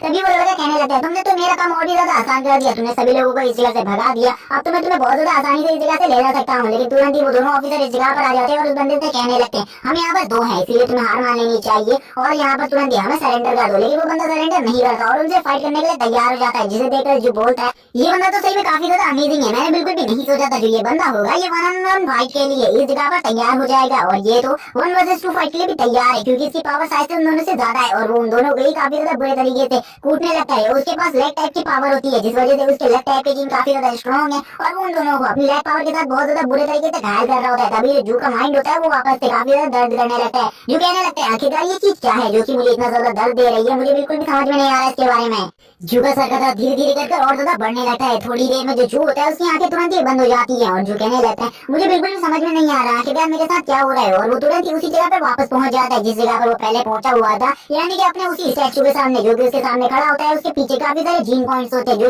उसके 14 माइंड जीन पॉइंट्स थे, जिनको देखकर वो कहने लगता है ये तो मेरे अवेकनिंग जो मेरे अवेक हो चुके हैं वही 14 जीन पॉइंट्स है, मुझे इसके बारे में कुछ भी समझ में नहीं आ रहा। आखिरकार मेरी बॉडी में काफी सारे जो खाली स्थान है उनका मुझे क्या करना है और मेरी बॉडी में काफी ज्यादा एनर्जी है, ये स्पिरिचुअल बॉडी क्या चाहती है आखिरकार मुझसे, मुझे इसके बारे में कुछ भी नहीं समझ में आ रहा। तभी वो कहता है कहीं मेरी जो स्पिरिचुअल बॉडी है उसमें मैं किसी भी जीन को कभी भी एक्टिवेट तो नहीं कर सकता क्योंकि मेरी बॉडी के अंदर काफी ज्यादा एनर्जी है। अगर मैं सारी की सारी एनर्जी को अपनी बॉडी में एक ही जीन पॉइंट की तरफ लेकर जाऊं तो शायद से मेरा एक और न्यू जीन पॉइंट अवेक हो जाए। इसी के बाद ही वो अपनी हाथ की पावर को मिलाकर सारी की सारी जो एनर्जी होती है उसको उस स्पिरिचुअल बॉडी के एक ही हाथ पर ले जाने की कोशिश करता है और वो इसके लिए अपनी काफी ज्यादा पावर का यूज कर रहा होता है जिसमें उसके हार्ट में भी काफी ज्यादा दर्द होने लगता है। तभी जो वो स्पिरिचुअल बॉडी होती है उसके एक ही हाथ के अंदर काफी ज्यादा एनर्जी आ रही होती है जिससे जू के जो हाथ होता है उसकी पावर भी धीरे धीरे करके बढ़ने लगती है। जू आखिरकार मेरे हाथ में काफी ज्यादा पेन होने लगा है, ये दर्द काफी ज्यादा है, मैं इसको ज्यादा टाइम तक होल्ड नहीं कर पाऊंगा, मुझे लगता है जो ये स्पिरिचुअल बॉडी है इसे जल्दी से जल्दी अपने इस न्यू जीन पॉइंट को अनलॉक कर लेना चाहिए। थोड़ी देर बाद का सीन दिखाया जाता है जिसमें उस बॉडी ने अपने उस जीन पॉइंट को पूरे तरीके से अवेक कर लिया था और इसी के बाद ये जो जू होता है हमें बाहर का सीन दिखाता है जिस जगह पर अब वो जो बंदा था वो उन दोनों को काफी ज्यादा बुरे तरीके से पीट रहा होता है और काफी ज्यादा अच्छी टक्कर दे रहा होता है जिसमें उन दोनों बंदों ने भी उसकी काफी ज्यादा बुरी हालत कर दी होती है। लेकिन उसके जो लेग वाला जीन होता है उसकी पावर काफी ज्यादा होती है जिस वजह से वो दूसरे बंदे को भी बहुत ज्यादा बुरे तरीके से पीट कर काफी ज्यादा दूर फेंक देता है और अब वो बंदा कहने लगता है इन दोनों ने मेरे काफी ज्यादा टाइम और काफी ज्यादा स्ट्रेंथ को वेस्ट कर दिया है, अब मुझे यहाँ पर क्या करना चाहिए, क्या मैं इस बंदे को लेकर भाग पाऊंगा, लेकिन अब मुझे यहाँ पर गिव अप करना होगा और इस बंदे को अपने हाथ से मारकर इसे खत्म करना होगा। और इसके बाद ही वो कहता है अब मैं यहाँ पर तुम्हें और ज्यादा टाइम नहीं दे सकता, अब तुम्हें मरना होगा। लेकिन जैसे ही वो उसको मारने के लिए आगे बढ़ता है जू की आंखें खुल जाती है और इसी के बाद ही जू भी यहाँ पर तैयार हो जाता है इस बंदे से फाइट करने के लिए और वो अपने राइट आर्म से एक बहुत ज्यादा स्ट्रॉन्ग अटैक करता है उस बंदे के ऊपर। जो ये अटैक था वो इतना ज्यादा स्ट्रॉन्ग होता है कि उस बंदे के मुंह से भी खून आने लगता है, वो बंदा हैरान जाता है और एक ही बार में इस जगह पर नीचे ढेर हो जाता है जिसको देखकर वो दोनों बंदे बोलते हैं क्या इसने यहाँ पर इस पंच को खुद ही क्रिएट किया है, क्या ये यहाँ पर काफी ज्यादा थका हुआ नहीं था। जिस पर दूसरा बंदा बोलता है ये काफी ज्यादा थका हुआ था जिस वजह से एक ही बार में गिर गया, वरना ऐसा बिल्कुल भी नहीं हो सकता। वो दोनों बंदे ही उस बंदे के पास चले जाते हैं जो कि एक ई रैंक का मास्टर होता है और उस बंदे के हाथ को पकड़ लेते हैं और कहने लगते हैं अगर तुमने कोई भी हलचल करी तो यहाँ पर तुम्हारे साथ काफी ज्यादा बुरा हो सकता है। अब इस जगह पर मिस्टर यू को काफी ज्यादा चिंता हो रही थी, मिस यू कहने लगती है मुझे काफी ज्यादा चिंता हो रही है उसकी, कहीं उसको कुछ हो तो नहीं गया होगा। इसी के बाद यहाँ पर एक बंदे को दिखाया जाता है जो कि फोन में इसी मिशन के बारे में बातें कर रहा होता है और उसे सारी की सारी बातें पता चल जाती है जिसे सुनने के बाद वो हैरान होता है क्योंकि उसे पता चल गया था कि अब मिशन पूरे तरीके से फेल हो चुका है। लेकिन जिस बंदे को उन्हें पकड़ना था वो बंदा पकड़ा जा चुका है और वो अपने सीनियर ऑफिसर को भी इस बारे में बताता है जिसे सुनने के बाद सीनियर ऑफिसर काफी ज्यादा खुश हो जाता है। हम देखते हैं मिस होती है वो कहने लगती है क्या वो लड़का पूरे तरीके से सेफ है, जिस पर वो बताते हैं कि हाँ वो लड़के को कुछ भी नहीं हुआ है बल्कि उस लड़के ने एक बहुत ज्यादा स्ट्रॉन्ग अटैक किया उस बंदे के ऊपर जिससे वो बंदा काफी ज्यादा बुरे तरीके से घायल हो गया था। अब जनरल यहाँ पर भड़क जाते हैं और भड़कते हुए कहने लगते हैं आखिरकार ऐसा कैसे हो सकता है है, सभी लोगों को इन सब चीजों के बारे में कैसे पता चल गया? ऐसा बिल्कुल भी नहीं होना चाहिए था। वो भी से कहने लगते कहीं तुमने उस लड़के को बता तो नहीं दिया था कि वो बंदा जो है उसके पीछे पड़ा हुआ है वो ब्लैक गेट से बिलोंग करता है। जिस पर वो झाव यहाँ पर बोलने लगता है मुझे ऐसा लगता है कि यहाँ पर मिस यू ने उस बंदे को बताया होगा, क्योंकि वही एक है जो कि इस अटैक के बारे में जानती थी और उन्होंने बाहर एक मैसेज किया है और कोई भी नहीं है जिसके हिसाब से उस बंदे को पता चला होगा। अब यहाँ पर जो जनरल होता है वो कहने लगता है मिस यू क्या मैं यहाँ पर तुम्हारा फोन चेक कर सकता हूँ? क्या तुम मुझे अपने मैसेजेस को दिखा सकती हो? क्योंकि यहाँ पर ये प्लान बहुत ज्यादा बुरे तरीके से फेल हो गया, इसीलिए मैं तुम्हारे फोन को चेक करना चाहता हूँ। जबकि जो दूसरी तरफ मिस यू होती है वो उसकी किसी भी बात का रिप्लाई नहीं देती। थोड़ी देर बाद जैसे ही वो उसकी बात को ध्यान से सुनती है तो रिप्लाई देते हुए कहती है क्या तुम लोग मेरे ऊपर शक कर रहे हो? तुम्हें अगर मेरे ऊपर शक है तो यहाँ पर तुम्हें यहाँ पर कुछ और काम करने चाहिए। मैं तुम्हें बिल्कुल भी अपना फोन नहीं दिखा सकती। जिस पर अब उस बंदे को और ज्यादा गुस्सा आ जाता है, हमें मिस्टर झा को दिखाया जाता है जिससे अब वो और किसी बात के बारे में कहने लगते हैं और वो भी उस चीज के बारे में करने के लिए तैयार हो जाते हैं। तभी हमारा सीन होता है, हमें दिखाया जाता है यहाँ पर हमें पता चलता है कि जो झा है वो भी इन्हीं के ऑफिस में वापस से आ चुका है और इस जगह पर वो एक जगह पर बैठा हुआ है जिस पर आप जो मिस्टर झा वो जू की बॉडी को एनालिटिक्स करने के लिए जा रहे हैं। जिस पर अब एक बंदा कहने लगता है मिस्टर झा क्या वो बंदा सही में इतना ज्यादा स्ट्रॉन्ग था कि उसने एक ही पंच में उस बंदे को गिरा दिया? जिस पर मिस्टर झा उन बंदों से कहते हैं मुझे इसके बारे में बिल्कुल भी नहीं पता, इसलिए तुम्हें शांत रहना होगा और मीडिया से भी उस बंदे को दूर रखना। मैं नहीं चाहता कि अभी से ही वो बंदा लाइमलाइट में आ जाए। और वो अब झाव के रूम के काफी ज्यादा करीब पहुंच जाते हैं। जिस जगह पर पहुंचने के बाद वो कहने लगते हैं कि झाव अंदर ही है। जिस पर वो दोनों ऑफिसर उसे बताते हैं हम तो उसी की जगह पर लेकर आए थे, उसने हमें से खाने की डिमांड करी थी और हमने उसके लिए काफी सारा खाना लेकर आ गए थे ताकि वो खाकर अपनी भूख को पूरी तरीके से शांत कर सके। जिस पर मिस्टर झाव कहने लगते तुमने काफी ज्यादा अच्छा काम किया। दूसरी तरफ जू को दिखाया जाता है जो कि काफी ज्यादा खाने को खा रहा होता है। जू बताता है कि उसने अभी जिस एनर्जी पॉइंट को अपनी पूरी की पूरी एनर्जी अवे किया है उस वजह से उसे अब काफी ज्यादा एनर्जी की जरूरत है जो कि शायद से उसे खाने से मिल सकती है क्योंकि उसे काफी ज्यादा भूख भी लगी है और ये जीन की पावर है। इसीलिए मुझे और ज्यादा पॉइंट्स को अवे करने के लिए और ज्यादा एनर्जी की जरूरत होगी और अगर मैं स्ट्रॉन्ग बनना चाहता हूँ तो मुझे और ज्यादा पॉइंट्स को अवे करना होगा। इसीलिए मुझे बहुत सारे खाने की जरूरत होगी और अपनी एनर्जी को धीरे धीरे कर बढ़ाते रहना होगा। क्योंकि अभी मुझे बिल्कुल भी नहीं पता है कि ब्लैक गेट वालों का अगला कदम क्या होगा। वो कुछ भी कर सकते हैं, मेरी फैमिली के ऊपर भी हमला कर सकते हैं और मैं बिल्कुल ही नहीं चाहता कि मेरी फैमिली के ऊपर कोई खतरा है। तभी हमें मिस्टर झा को दिखाते हैं जो कि इसके साथ बातें करने लगते हैं और मिस्टर झा यहाँ पर बताते हैं कि अगर यहाँ पर हमें तुम्हारी कोई भी जरूरत होगी तो हम यहाँ पर तुम्हें बुला लेंगे। मिस्टर झा उससे कहने लगते हैं हमें लगता है तुम यूनिवर्सिटी में काफी ज्यादा अच्छा वर्क करोगे क्योंकि तुम एक इंटेलिजेंट टाइप हो और तुम्हें काफी ज्यादा अच्छी जॉब भी मिल जाएगी आगे चलकर, इसीलिए तुम्हें ज्यादा चिंता करने की बिल्कुल भी जरूरत नहीं है। और वैसे भी तुम अगर स्टूडेंट टाइप होते तुम्हें काफी ज्यादा अच्छा होता, लेकिन तुम मिस यू के कॉलेज की हो इसीलिए हम तुम्हारे ऊपर कोई भी कदम नहीं उठा सकते क्योंकि अगर हमने तुम्हारे ऊपर कोई भी एक्शन लेने की कोशिश करी हमें काफी ज्यादा प्रॉब्लम का सामना करना पड़ सकता है। जिस पर यहाँ पर इस बात पर जो जू होता है उनसे कहने लगता है क्या आप लोगों ने मुझे चारा बनाने की कोशिश करी थी? क्योंकि पिछली बार मुझे ऐसा लगा आप लोगों ने मेरे को चारा बनाने की कोशिश करी। जिस पर अब यहाँ पर मिस्टर झा कहने लगते हैं तुम बिल्कुल भी चिंता मत करो, तुम्हें 50,000 में यहाँ पर डॉलर मिल जाएंगे, तुम्हें इस सब चीजों की कोई भी चिंता करने की जरूरत नहीं है, तुम बस इन सब चीजों से खुश रहो। जिस पर अब यहाँ जू कहने लगता है मेरे लिए तो ये प्राइस काफी ज्यादा अच्छा है क्योंकि यहाँ पर कोई भी बंदा अगर किसी भी मुजरिम को पकड़ता है तो उसे 5% के हिसाब से काफी सारा पैसा दिया जाता है, लेकिन मुझे तो यहाँ पर शायद से 10% या 6% दिया जा रहा है जो कि काफी ज्यादा अच्छी बात है। और मुझे 70 पॉइंट्स भी दिए हैं जो कि यहाँ पर मेरे खाते में लिख दिए जाएंगे जो कि मेरे लिए आगे चलकर काफी ज्यादा अच्छी बात होगी और इससे मैं अपने कॉलेज में काफी सारी चीजें खरीद सकता हूँ और काफी सारी ऐसी चीजें भी जो कि मेरी फैमिली के लिए जरूरतमंद होंगी। और वो अब खुश होते हुए कहने लगता है कि मिस्टर झा मैं इस जगह से जा सकता हूँ। जिस पर मिस्टर झा से कहने लगते हैं हाँ तुम इस जगह से जा सकते हो, अब तुम्हें यहाँ पर कोई भी और चीज करने की जरूरत नहीं है, बस हमारा एक मेंबर तुम्हारे पास एक फाइल को लेकर आएगा, उसमें थोड़े बहुत सिग्नेचर और फॉर्मेलिटी को फिल कर देना और उसके बाद तुम इस जगह से इजीली जा सकते हो। तुम्हें और कोई भी काम की जरूरत हो तो तुम मुझसे बात कर सकते हो और अगर तुम्हारे लिए हमारे पास कोई भी काम होगा हम तुम्हें बता देंगे, बिल्कुल भी चिंता मत करो। और वैसे भी तुम्हें एकेडमी में जाना है, कुछ ही टाइम बाद तुम्हें एकेडमी में भी जाना है, इसीलिए अपने एकेडमी में जाने की तैयारी भी कर लो। तुम्हें बिल्कुल भी ज्यादा टाइम नहीं दिया जाएगा एकेडमी के लिए, इसीलिए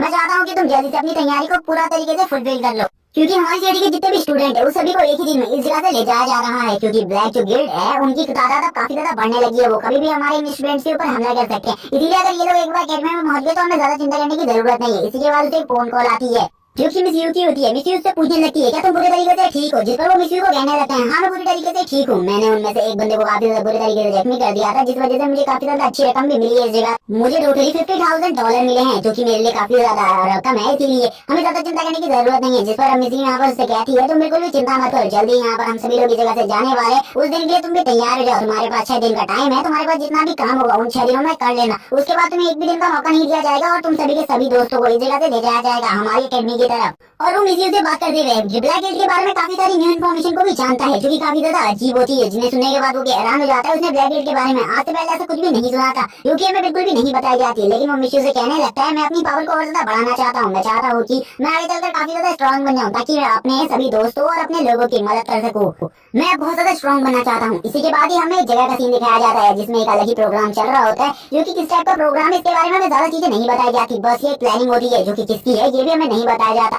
लेकिन ये प्लानिंग एक सीक्रेट टाइम के लिए थी। जब ये प्लानिंग रिवील होगी तो इस वर्ल्ड में काफी ज्यादा चेंजेस आ जाएंगे। इसी के बाद ये हमें घर का सीन दिखाया जाता है, जिसमें हमें पता चलता है कि ये घर और किसी का नहीं बल्कि जू का है। जू के पेरेंट्स काफी ज्यादा खुश हो जाते हैं कि जू ने यहाँ पर जीन टेस्ट को पास कर लिया है और जल्दी ही जो जू है वो एकेडमी में जाने वाला है। जिस पर जू कहता है कि आखिरकार मेरे जो पेरेंट्स है वो इतने ज्यादा सीरियस क्यों हो जाते हैं किसी भी चीज को लेकर के। मैं तो इस जगह से जाने वाला हूँ। जू दबा दबा इस जगह पर खाना खाने लगता है। जिस जगह पर जो जू के पेरेंट्स होते हैं वो इन सब चीजों को लेकर काफी ज्यादा खुश होते हैं और कहने लगते हैं अब तो जू हमारी एक यूनिवर्सिटी में जाने वाला है, इसीलिए हमें ये सारी की सारी बातें अपने रिश्तेदारों को बतानी चाहिए। और जो यहाँ पर सोच रहा होता है उसने अभी अभी अपनी एक और लेग पॉइंट को अनलॉक किया है, जिसमें उसे काफी ज्यादा एनर्जी की रिक्वायरमेंट और इन सब चीजों को करने में उसे काफी ज्यादा तकलीफ का सामना करना पड़ा। लेकिन अभी एक प्रॉब्लम है, जो उसका लेग पॉइंट है, जो उसने लेग में एक जीन पॉइंट को अवेक किया है, उस जगह पर उसे कोई भी अलग तरीके का फीलिंग नहीं आ रही, बल्कि जो उसने हाथ पर फील किया है वो काफी ज्यादा अलग है। इन सब चीजों से उसे कोई भी चीज समझ में नहीं आ रही होती, जबकि जो उसकी मदर होती है वो अलग ही काफी सारे काम कर रही होती है। वो पिक्चर खींचकर अपने रिश्तेदारों को इस चीज के बारे में भेज रही होती है कि यहाँ पर जो जू है उसने इस जीन पॉइंट टेस्ट को कंप्लीट कर लिया है और पास होकर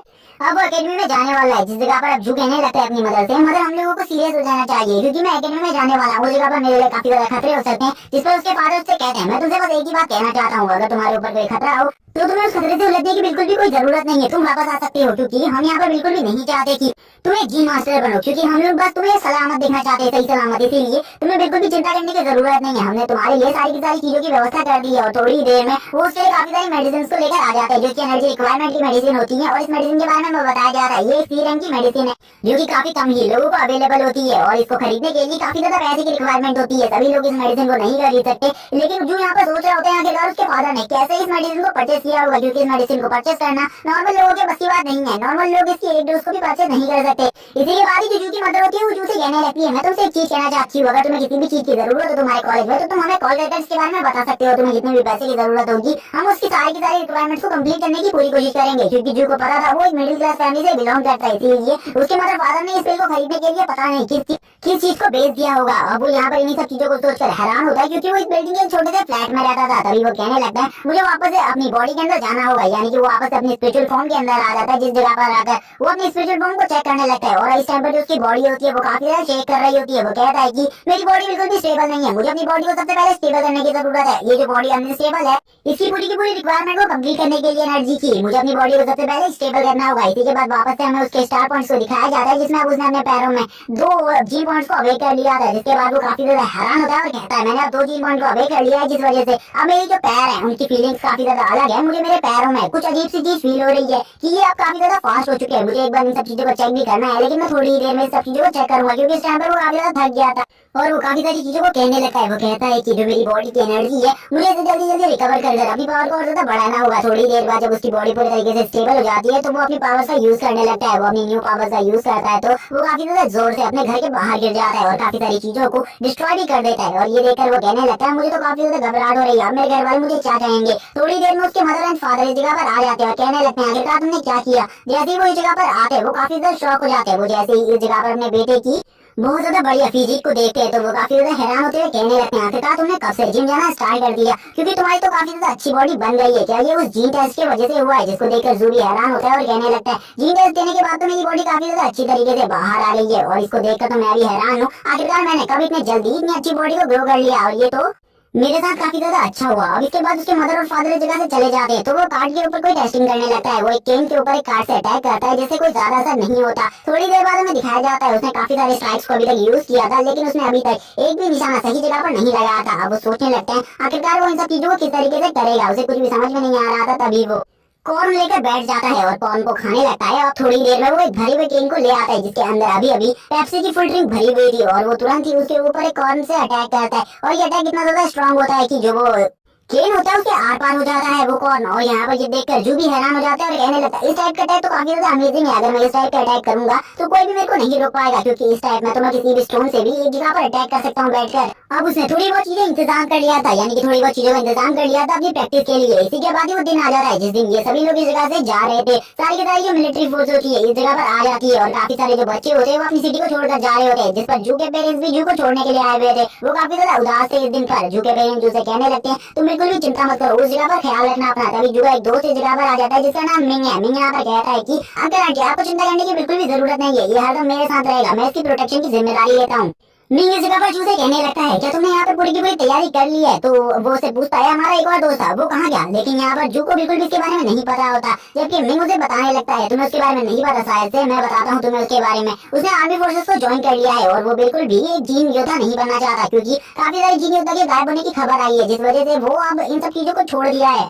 उसका जो किसी कॉलेज का एडमिशन फॉर्म था, उसने उसको भी फाड़ दिया, क्योंकि वो काफी ज्यादा डर गया था, वो बिल्कुल भी अगवा नहीं होना चाहता था, इसीलिए उसने आर्मी फोर्सेस में ज्वाइन कर लिया है और अब वो एक काफी ज्यादा हाई रैंक का सोल्जर भी बन चुका है, एक जीन योद्धा होने की वजह से। इसीलिए हमें उसके बारे में ज्यादा चिंता करने की जरूरत नहीं है। जो कहता है अगर उसे उस जगह पर कुछ हो गया तो, लेकिन तभी यहाँ पर वो उसे बताता है वो एक जीन योद्धा है, जिस वजह से उसे कुछ होना बहुत ज्यादा मुश्किल की बात है, वो काफी ज्यादा सोल्जर को काफी ज्यादा इजीली अटेंड कर सकता है, इसलिए तुम्हें चिंता करने की कुछ भी जरूरत नहीं है। हमें दिखाया जाता है काफी सारे प्लेन्स को जो की फ्लाइट के लिए रेडी होते हैं। इसी के बाद ही अब यहाँ पर जू भी चला जाता है इस जगह से, जिसमें उसके पेरेंट्स उसे कहने लगते हैं, यहाँ पर हमने तुम्हें जिस टाइप की भी नॉलेज दी है तुम हमेशा उसे याद रखना। इसी के बाद ही अब हमें फ्लाइट के अंदर का सीन दिखाया जाता है, जिस जगह पर काफी सारी लड़कियां होती है और काफी सारे लड़के होते हैं। इस जगह पर वैसे लड़कों को ज्यादा दिखाया गया है और ये प्लेन नंबर 3 होता है, जिसके अंदर सभी के सभी जीनियस होते हैं, सिटी के जितने भी जीनियस, जिन सभी का जीन रैंक 10 से ऊपर है, उन सभी को इस जगह पर रखा गया है, जिनमें काफी सारे लोग होते हैं। जिस पर यहाँ पर हमें मिंग को दिखाया जाता है। मिंग कहने लगता है, मैंने सारे के सारे सामान को अच्छे तरीके से रख दिया है। तभी यहाँ पर जो एक बंदा होता है वो इनके एक दोस्त के बारे में काफी ज्यादा गलत सलत बातें बोलने लगता है और कहता है कि वो मोटा इस जगह पर नहीं आएगा, क्योंकि वो तो एक काफी ज्यादा बेकार कचरा उठाने वाली जॉब करने लगा है। मुझे बिल्कुल भी नहीं लगा था वो इतना ज्यादा डर जाएगा ब्लैक गिल्ड वालों से, जिसे यहाँ पर जू भी सुन लेता है और मिंग भी यहाँ पर सुन लेता है, लेकिन मिंग उनसे पंगा बिल्कुल भी नहीं लेना चाहता था।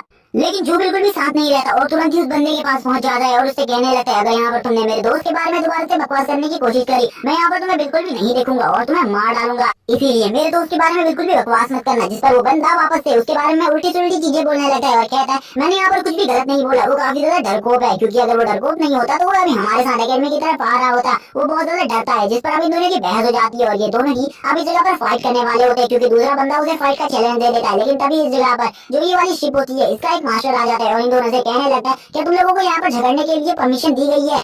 तुम लोग शांति से अपनी सीट पर बैठ जाओ, क्योंकि ये वाली जो सीट है इसके अंदर इसका मेन इंचार्ज मैं हूँ और इसमें मेरे अलावा कोई और भी हायर ऑफिसर नहीं है। इसीलिए अगर तुमने लड़ने की कोशिश करी तो मैं सीट से तुम्हें बाहर निकाल दूंगा। जिस पर अब जो शांत हो जाता है, क्योंकि उसे सेफ की एकेडमी ले जाया जा रहा था, लेकिन जो वो दूसरा लड़का होता है वो बिल्कुल भी साथ नहीं रह रहा होता, वो उल्टी सुल्टी चीजें बोल रहा होता है। जिस पर वो बंदा कहता है, अगर तुम साथ नहीं हुए तो तुम्हें इस प्लेन से बाहर फेंक दिया जाएगा, क्या तुम मरना चाहते हो? क्योंकि आगे सामने ब्लैक गिल्ड का इलाका भी हो सकता है। जिस पर वो अपने बाकी सभी ऑफिसर्स को इस जगह पर नजर रखने को कहता है, क्योंकि इस जगह पर कोई भी हायर रैंक का सोल्जर नहीं था उसके अलावा, इसीलिए वो उसने पूरी कमांड ली हुई थी इस जगह की। और वो सभी से कहता है, थोड़ी देर बाद एक चेक पोस्ट आएगी, उस जगह पर हम सभी खाने पीने के लिए रुकेंगे, इसलिए तुम्हें चिंता करने की जरूरत नहीं है। मिंग तभी बताता है, जो उस बंदे के साइड में बैठा हुआ एक बंदा है, वो वही बंदा है जो कि सबसे ज्यादा जीनियस हमारी सिटी में, क्योंकि इस बंदे ने टोटली 16 जीन पॉइंट्स को अवेक किया है, इसीलिए ये बहुत बड़ा जीनियस है। जिसके बाद हमें जू को दिखाया जाता है, जो कि झाओ की बात को याद करते हुए कहने लगता है, झाओ ने भी मुझे इसी बात को कहा था कि उनकी सिटी में एक बहुत ज्यादा जीनियस बंदा है जो कि 16 जीन पॉइंट्स को अवेक किया है, क्योंकि ये काफी ज्यादा बड़ी बात नहीं है। इसी के बाद हमें दिखाया जाता है एक बंदी को जो की ये जगह पर बैठी हुई थी और ये काफी ज्यादा खूबसूरत भी होती है और ये किताबों को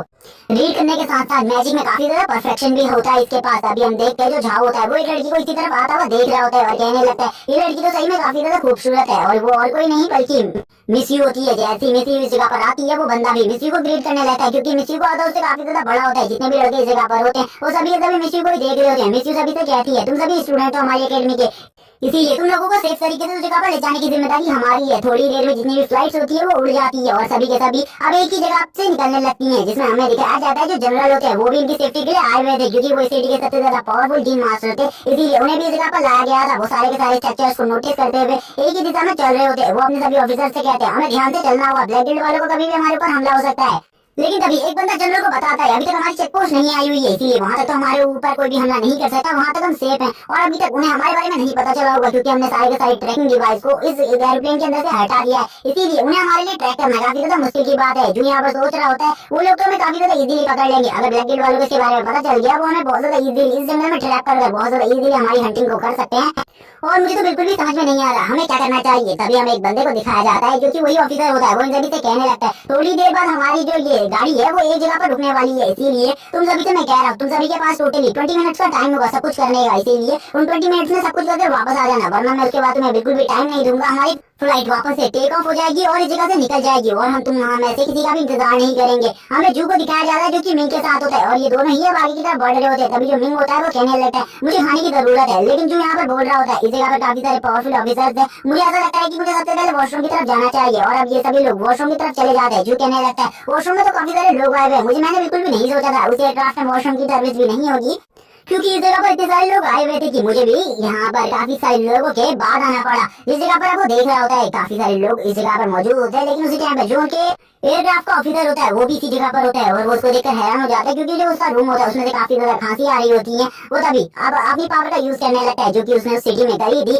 यानी कि उसी टाइप की साइकिक पावर जिसमें वो किसी भी जगह का एक्सरे विजन को देख सकता है। वो देखता है कि जो अंदर ऑफिसर है वो किसी चीज को खा रहा है या फिर कोई चीज अपने मुंह में रख रहा है, जो कि अजीब है काफी ज्यादा। लेकिन वो ऑफिसर तुरंत ही उन सब चीजों को करने के बाद बाहर आ जाता है और अब बाहर की तरफ आगे बढ़ने लगता है, जिसमें अब उसे काफी ज्यादा तकलीफ हो रही होती है और वो उन दोनों चीजों को सेलेक्ट करने की कोशिश कर रहा था, जिसको जो भी अच्छी तरीके से नोटिस कर लेता है। तभी वो दो ऑफिसर्स के पास आता है और बताता है कि जो हमारी प्लेन का ऑफिसर है उसने अपने दांतों में कुछ लगा लिया है, जो कि काफी ज्यादा अजीब है। मुझे ऐसा लगता है कि उसने किसी टाइप का ट्रैकिंग डिवाइस को लगाया है। लेकिन तभी वो दोनों ऑफिसर्स हंसने लगते हैं और कहते हैं तुम यहाँ पर हमारे सामने मजाक करना बंद करो, ऐसा कुछ भी नहीं हो सकता, तुम यहाँ पर इतनी ज्यादा बकवास मत करो और इस जगह से चले जाओ, क्योंकि मुझे ऐसा लगता है कि जो तुम्हारी फ्लाइट है वो इस जगह से जाने वाली है। अगर तुम उस जगह पर नहीं पहुंचे तो तुम्हारे काफी ज्यादा प्रॉब्लम हो सकती है। तभी हमें जू को दिखाया जाता है। ये जू होता है अब वो तेजी से अपनी फ्लाइट की तरफ भागने लगता है, जिस पर अब वो दोनों ही उसकी बात करते हुए कहते हैं ये बंदा सही में काफी ज्यादा मजाकिया था, इसने तो काफी ज्यादा अच्छे तरीके से हमें एंटरटेन किया, हम मुझे बिल्कुल भी नहीं लगा था ये कुछ इस तरीके की बातें करेगा। हमारी चेक पोस्ट में ऐसी कोई भी गड़बड़ नहीं हो सकती, इस बच्चे को शायद से कुछ गलत चीज लगी होगी। वो तुरंत ही उस ऑफिसर की तरफ भागने लगता है। वो ऑफिसर कहने लगता है हम यहाँ पर तुम्हारी वजह से काफी लंबे टाइम से रुके हुए हैं, तुम्हें यहाँ पर शर्म नहीं आ रही, तुम्हें इस जगह पर जल्दी आना चाहिए था। जूता भी ऑफिसर से कहता है कि तुमने जो चीज खानी थी वो पूरी तरीके से खा ली, लेकिन वो ऑफिसर उसकी बात को नहीं समझता और उसे कहने लगता है आखिरकार तुम किस बारे में बात कर रहे हो। जो उससे कहता है मैं यहाँ पर खाने के बारे में बात कर रहा था, क्या उसने खाने को अच्छे तरीके से चबा लिया है।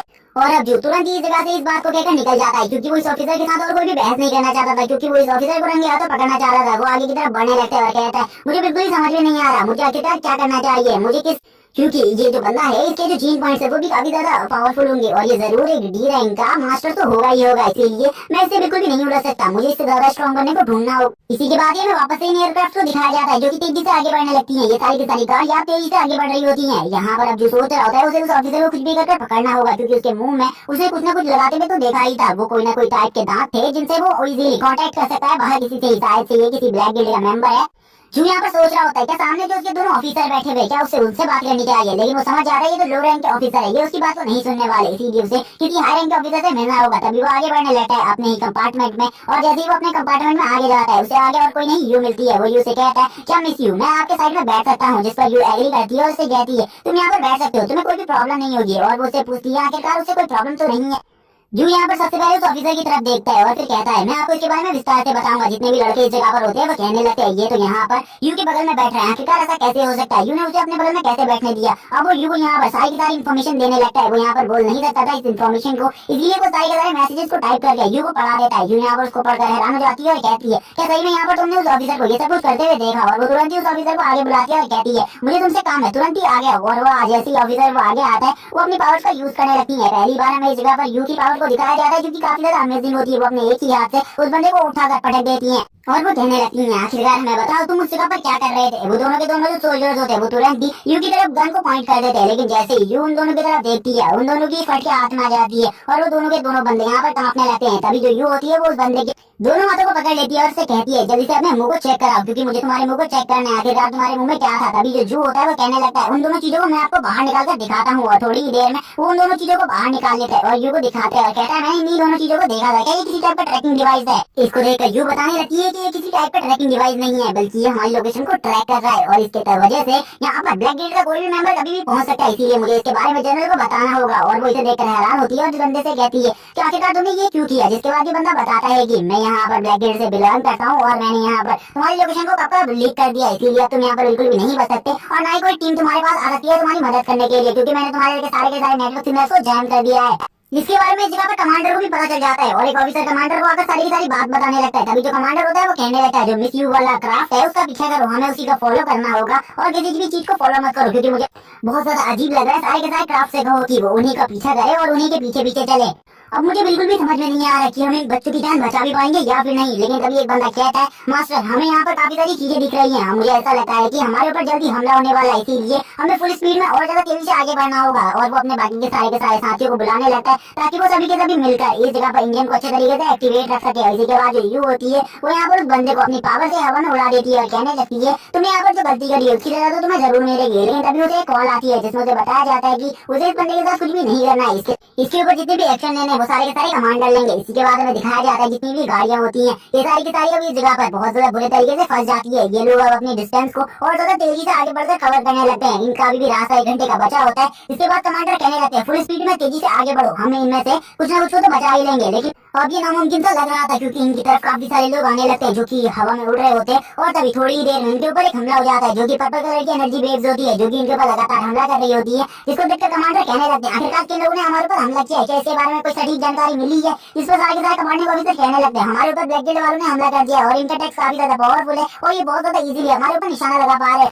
जिस पर कमांडर और बाकी सभी का जो सिग्नल होता है वो काफी ज्यादा ब्लर हो जाता है और यहाँ पर इन लोगों को कुछ भी नहीं पता चलता। इनके ऊपर काफी सारे वार्निंग साइंस आने लगते हैं। जो यू होती है वो कहने लगती है अपने साथियों से जल्दी से जल्दी हमें बाहर निकलना होगा क्योंकि अंदर हमारी जान खतरे में है, कभी भी हमारे ऊपर हमला हो सकता है और इस गाड़ी को ब्लास्ट किया जा सकता है। जिस पर जू भी कहने लगता है मुझे बिल्कुल भी समझ में नहीं आ रहा इन ब्लैक गिल्ड वालों को हम लोगों से चाहिए क्या, जो कि हमारा पीछा लगातार कर रहे हैं। लेकिन जू को इसके बारे में कुछ भी नहीं पता होता कि वो उन लोगों को भी अपना सोल्जर बनाना चाहते हैं ताकि उनके सोल्जर की संख्या और ज्यादा बढ़ सके। हमें दिखाते हैं ये सभी लोग बाहर आ चुके होते हैं। बाहर आकर ये सभी लोग उनके हमलों से बचने की कोशिश कर रहे थे। जो कमांडर होते हैं वो इस जगह पर कहने लगते हैं हम लोगों को भी उनके ऊपर हमले करने चाहिए। इसीलिए वो अपने सारे के सारे जितने भी इस जगह पर ऑफिसर होते हैं उन सभी से कहते हैं लगातार उनके ऊपर हमला करो, उन लोगों को हमला करने का बिल्कुल भी चांस मत दो। लेकिन इनके ऊपर जो हमले हो रहे थे वो उनके हमले से काफी ज्यादा स्ट्रॉन्ग होते हैं। इन लोगों के हमले बहुत ज्यादा इजीली डिस्ट्रॉय हो जा रहे थे। इनकी जितने भी रॉकेट और मिसाइल थी उनको भी वो बहुत ज्यादा इजीली नष्ट कर देते हैं। और इसी के बाद जो वो बंदे होते हैं वो हवा से नीचे उतरने लगते हैं एक ग्लाइडर के साथ और उनके पास काफी ज्यादा हाईटेक वेपन्स होते हैं। जितने भी गवर्नमेंट ऑफिसर होते हैं वो सभी के सभी यहाँ पर गोलियां चलाने लगते हैं। बच्चे भी यहाँ पर मदद कर रहे होते हैं गवर्नमेंट ऑफिसर्स की।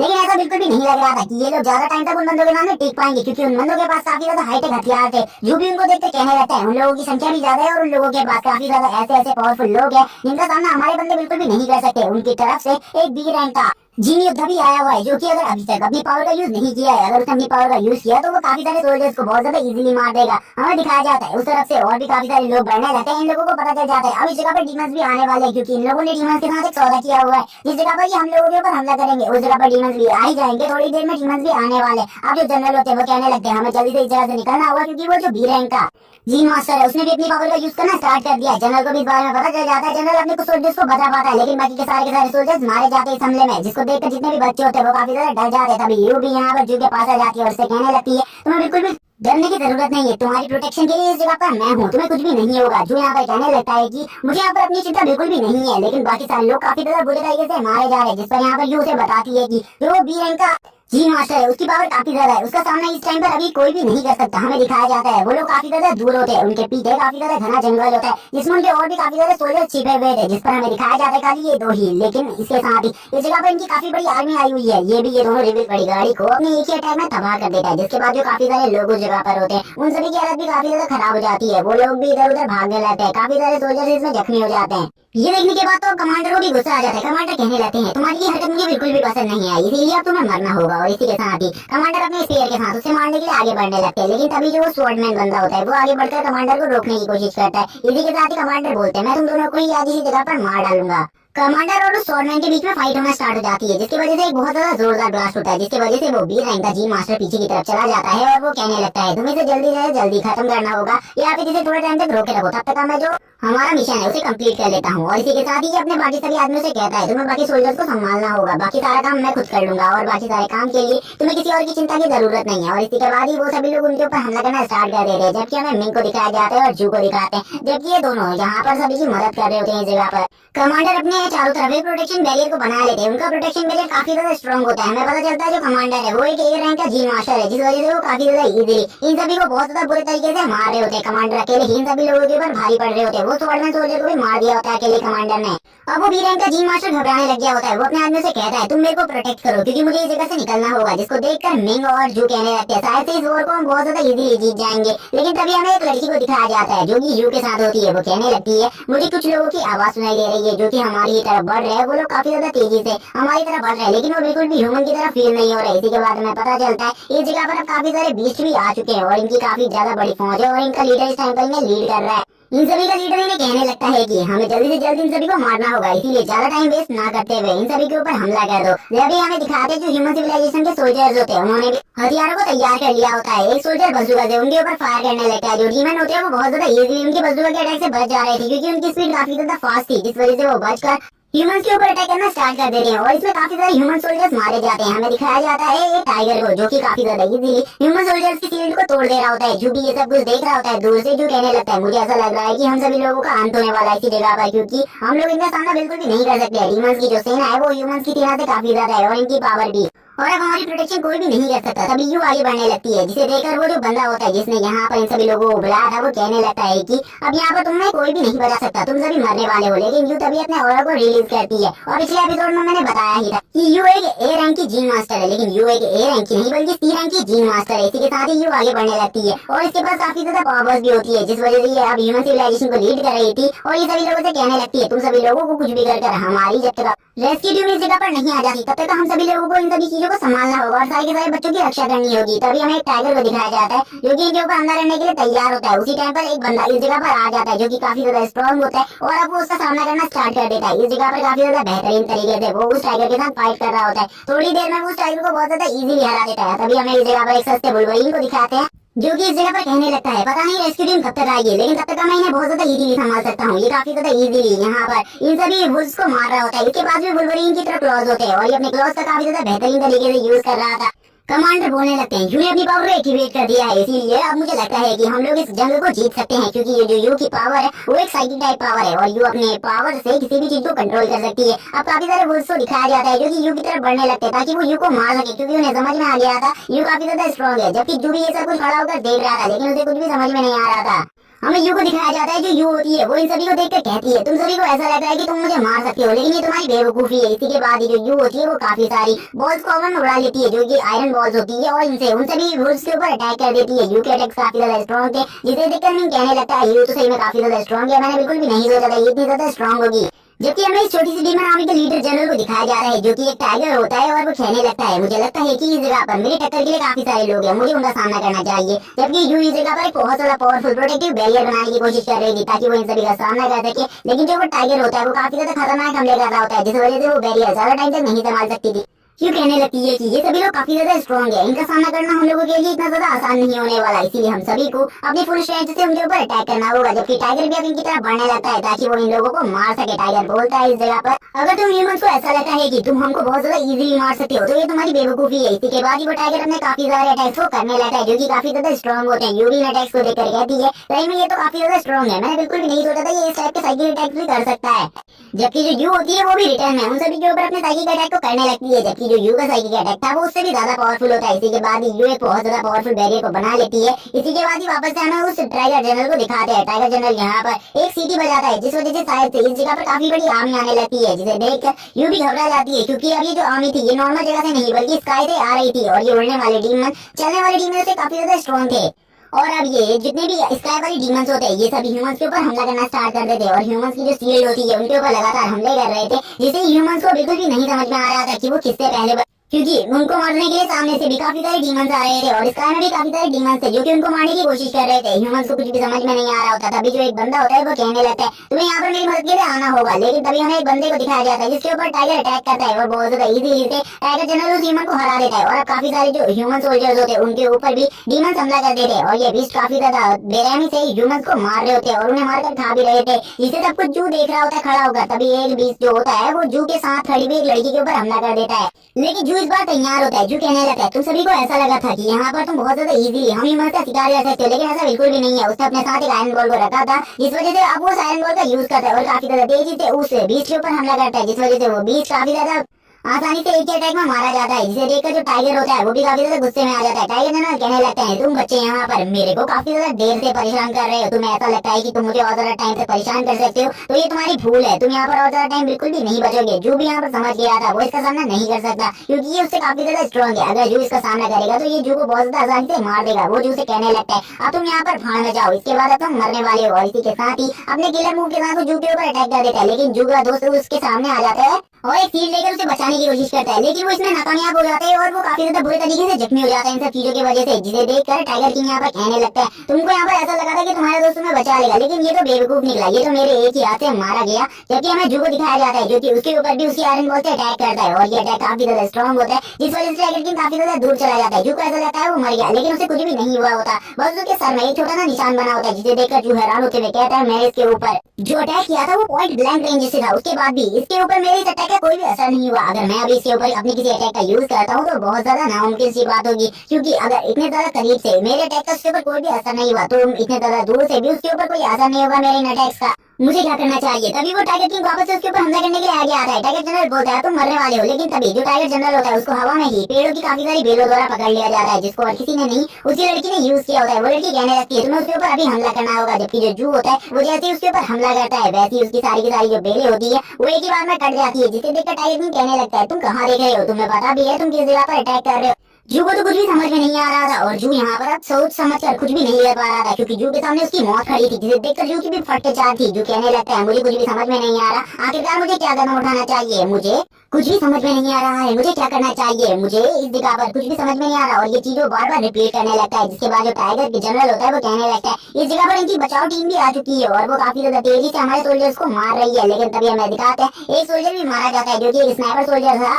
दूसरी तरफ हमें यू को दिखाया जाता है, जो यू होती है वो भी इस फाइट को देख रही होती है और वो जू से कहने लगती है थोड़ी और देर तक इस टाइगर को संभाल लो, उसके बाद मैं इसे खुद संभालूंगी। और इसी के साथ ही जो यू होती है वो एक बहुत ज्यादा पावरफुल अटैक को तैयार करने लगती है। यू का ये अटैक काफी ज्यादा पावरफुल था, जिसे देखकर जितने भी स्नाइपर सोल्जर होते हैं वो कहने लगते हैं हमें इस अटैक से दूर रहना होगा, वरना हम भी इस अटैक के अंदर मारे जाएंगे, क्योंकि वो बंदी अकेले इन सारे डिमंस को मार सकती है। तभी जो टाइगर होता है वो वापस अपने किलर मूव को यूज करते हुए चूंकि ऊपर अटैक करने के लिए आगे बढ़ता है, जो कहने लगता है मुझे इस टाइम पर हेल्प की जरूरत है, वरना मैं बिल्कुल भी नहीं बच पाऊंगा। लेकिन उसी टाइम पर उसके ऊपर एक अटैक होता है और ये अटैक और किसी ने नहीं बल्कि यू ने किया था और ये अटैक उसके सर को चीरता हुआ बाहर निकल जाता है, जिसके बाद जो टाइगर होता है वो उसी जगह पर मारा जाता है। उसके जितने भी सोल्जर बचे हुए थे वो काफी ज्यादा डर जाते हैं और एक जगह से भागने लगते हैं। यू उनके ऊपर भी हमला करने की कोशिश करती है, जिनमें से यू काफी सारों को मार देती है, लेकिन काफी सारों के ऊपर जो यू के अटैक्स थे वो फेल हो जाते हैं, क्योंकि काफी सारे डीमन यू की रेंज से बाहर जा चुके थे और यू की रेंज के बाहर यू के अटैक्स फेल हो जाते हैं। तभी हमें स्काई वाले डीमंस को दिखाया जाता है जिनके ऊपर भी हमला स्टार्ट हो चुका था। उनके ऊपर काफी सारे जो एयरक्राफ्ट होते हैं वो अटैक कर रहे होते हैं। हमें दिखाया जाता है उस बी रैंक के जीन मास्टर को,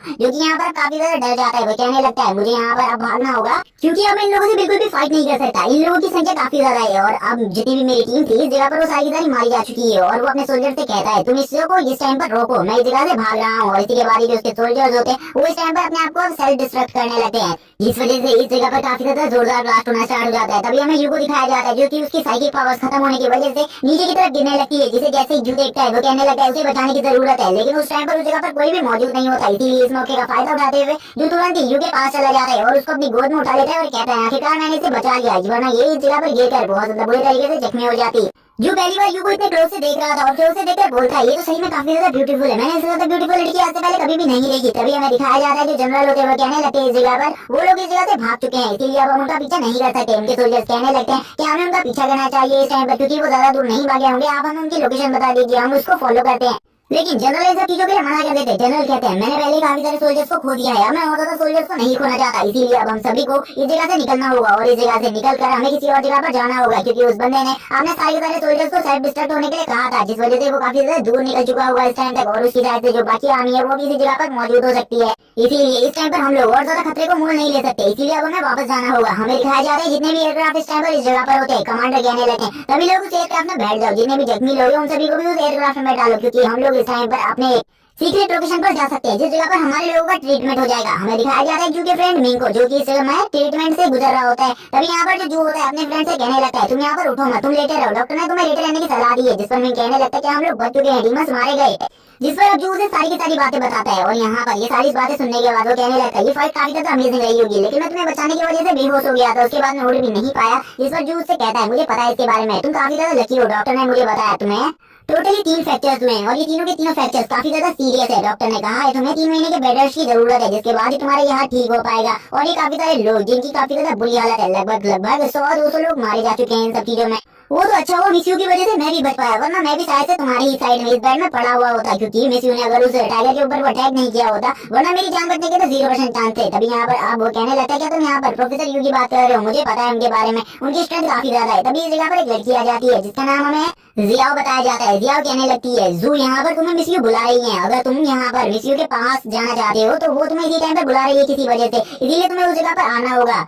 उन्होंने मुझे तुम्हें बुलाने के लिए इस जगह पर भेजा है, अगर तुम आना नहीं चाहते तो मैं उसके बारे में भी बता दूंगी। लेकिन जैसे ही जो यहाँ पर मिस यू का नाम सुनता है वो कहने लगता है मैं जरूर उससे मिलने के लिए आऊंगा। इसी के बारे में दिखाया जाता है वो हॉस्पिटल के एक अलग ही रूम में होती है जो कि सबसे ज्यादा अलग होता है। इस जगह पर वो कहने लगती है तो आखिरकार जो तुम इस जगह पर आ चुके हो, क्या तुम मुझे बता सकते हो क्या तुम ही वो इंसान हो जिसने मुझे ऊपर से नीचे गिरने से बचाया था? क्योंकि मुझे पता चला है कि मुझे किसी ने ऊपर से नीचे गिरने से बचाया था। जिस पर जो कहता है हाँ मैं ही वो हूँ जिसने आपको ऊपर से नीचे गिरने से बचाया था। वो आप काफी ज्यादा ऊपर से नीचे गिर रही थी, मुझे लगा पहले से ही काफी ज्यादा इंजर्ड है जिस वजह से आप और ज्यादा इंजर्ड हो सकती है, इसीलिए मैंने आपकी जान बचाई। इसी के साथ ही वो जूसे ये भी पूछती है कि क्या तुमने यहाँ पर मेरे ट्रीटमेंट में मदद करी है या फिर यहाँ पर तुमने मेरे कपड़ों को उतारने में मदद करी है? जिस पर जो तुरंत ही मना कर देता है काफी ज्यादा शर्माते हुए। इसी के साथ ही जो यहाँ पर वो लड़की होती है जिया, वो कहने लगती है इन सब चीजों को मैंने किया, इन सब चीजों में इसका कोई भी हाथ नहीं है। जिस पर अब मिस यू कहने लगती है चलो ठीक है यहाँ पर अगर ये तुमने नहीं किया तो ये काफी ज्यादा अच्छी बात है। और इसी के बाद वो जू को अपने पास बुलाने लगती है, जिसको सुनने के बाद जू कहने लगता है ठीक है मैं आपके पास आ रहा हूँ, और वो उनको सहारा देने लगता है। इस पर वो कहने लगती है क्या तुम मेरे ऊपर चांस मारने की कोशिश कर रहे हो? जिस पर अब जू कहता है नहीं मैं ऐसा बिल्कुल भी नहीं सोच सकता। ये देखने के बाद तो जो यहाँ पर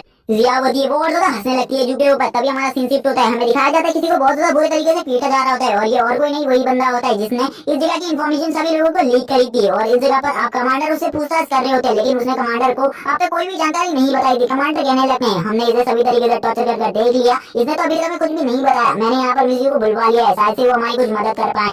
मिस यू वो लड़की और जू इस जगह पर आ जाते हैं तुरंत ही। जू को देखकर वो बंदा काफी ज्यादा गुस्से में आ जाता है और कहने लगता है तुम्हें तो मैं बिल्कुल ही नहीं छोड़ूंगा। लेकिन तभी तुरंत ही मिस यू उस जगह पर आ जाती है। मिस यू कहने लगती है क्या कि इस बंदे ने कोई चीज बताई? जिस पर जनरल और उसके साथी कहने लगते हैं इसने अभी तक हमें कोई भी चीज नहीं बताई है। ये बंदा काफी ज्यादा वेल ट्रेंड है क्योंकि इसने अभी तक अपने मुंह को बिल्कुल भी नहीं खोला है। ये बस यहाँ पर यही कह रहा है कि मैं तुम्हें कुछ भी नहीं बताने वाला, अगर आपके पास कोई चीज है जिससे आप इसे उगलवा सकती तो आप इस टाइम पे ट्राई कर सकती हैं। जिस पर अब जनरल यहाँ पर ये भी बताता है उसने इसके आस पड़ोसी से भी चेकआउट किया था और पूछताछ करवाई थी कि क्या इसके बैंक अकाउंट में काफी सारे पैसे आए हैं, क्या इसके घर के आसपास किसी अनजान शख्स को देखा गया है? तब उन लोगों ने बताया कि काफी दिनों से इसके घर के सभी लोग गायब हैं और इसके घर में और ऐसी कोई भी चीज नहीं मिली जिससे हमें इसके ऊपर शक हो। जिस पर अब ये कहने लगती है क्या तुम यहाँ पर ये कहना चाहती हो कि हमें इस बंदे को कोर्ट में पेश करना होगा, लेकिन अगर हम इसे कोर्ट में पेश करेंगे तो ये बंदा बहुत ज्यादा इजीली उस जगह से निकल सकता है। जनरल यहाँ पर कहता है मेरे पास इसकी काफी सारे और तरीके भी है, लेकिन मैं जब तक इसे कोर्ट में पेश नहीं कर देगा तब तक मैं इसके साथ कुछ भी नहीं कर सकता, इसीलिए मैं यहाँ पर शांत बैठा हूँ और मैं इसके साथ कुछ भी नहीं कर सकता। बस मुझे इस टाइप की पूछताछ इसे करते रहनी होगी ताकि मैं कोर्ट में इसके खिलाफ कोई भी सबूत को पेश कर सकूं। जो यहाँ पर कहने लगता है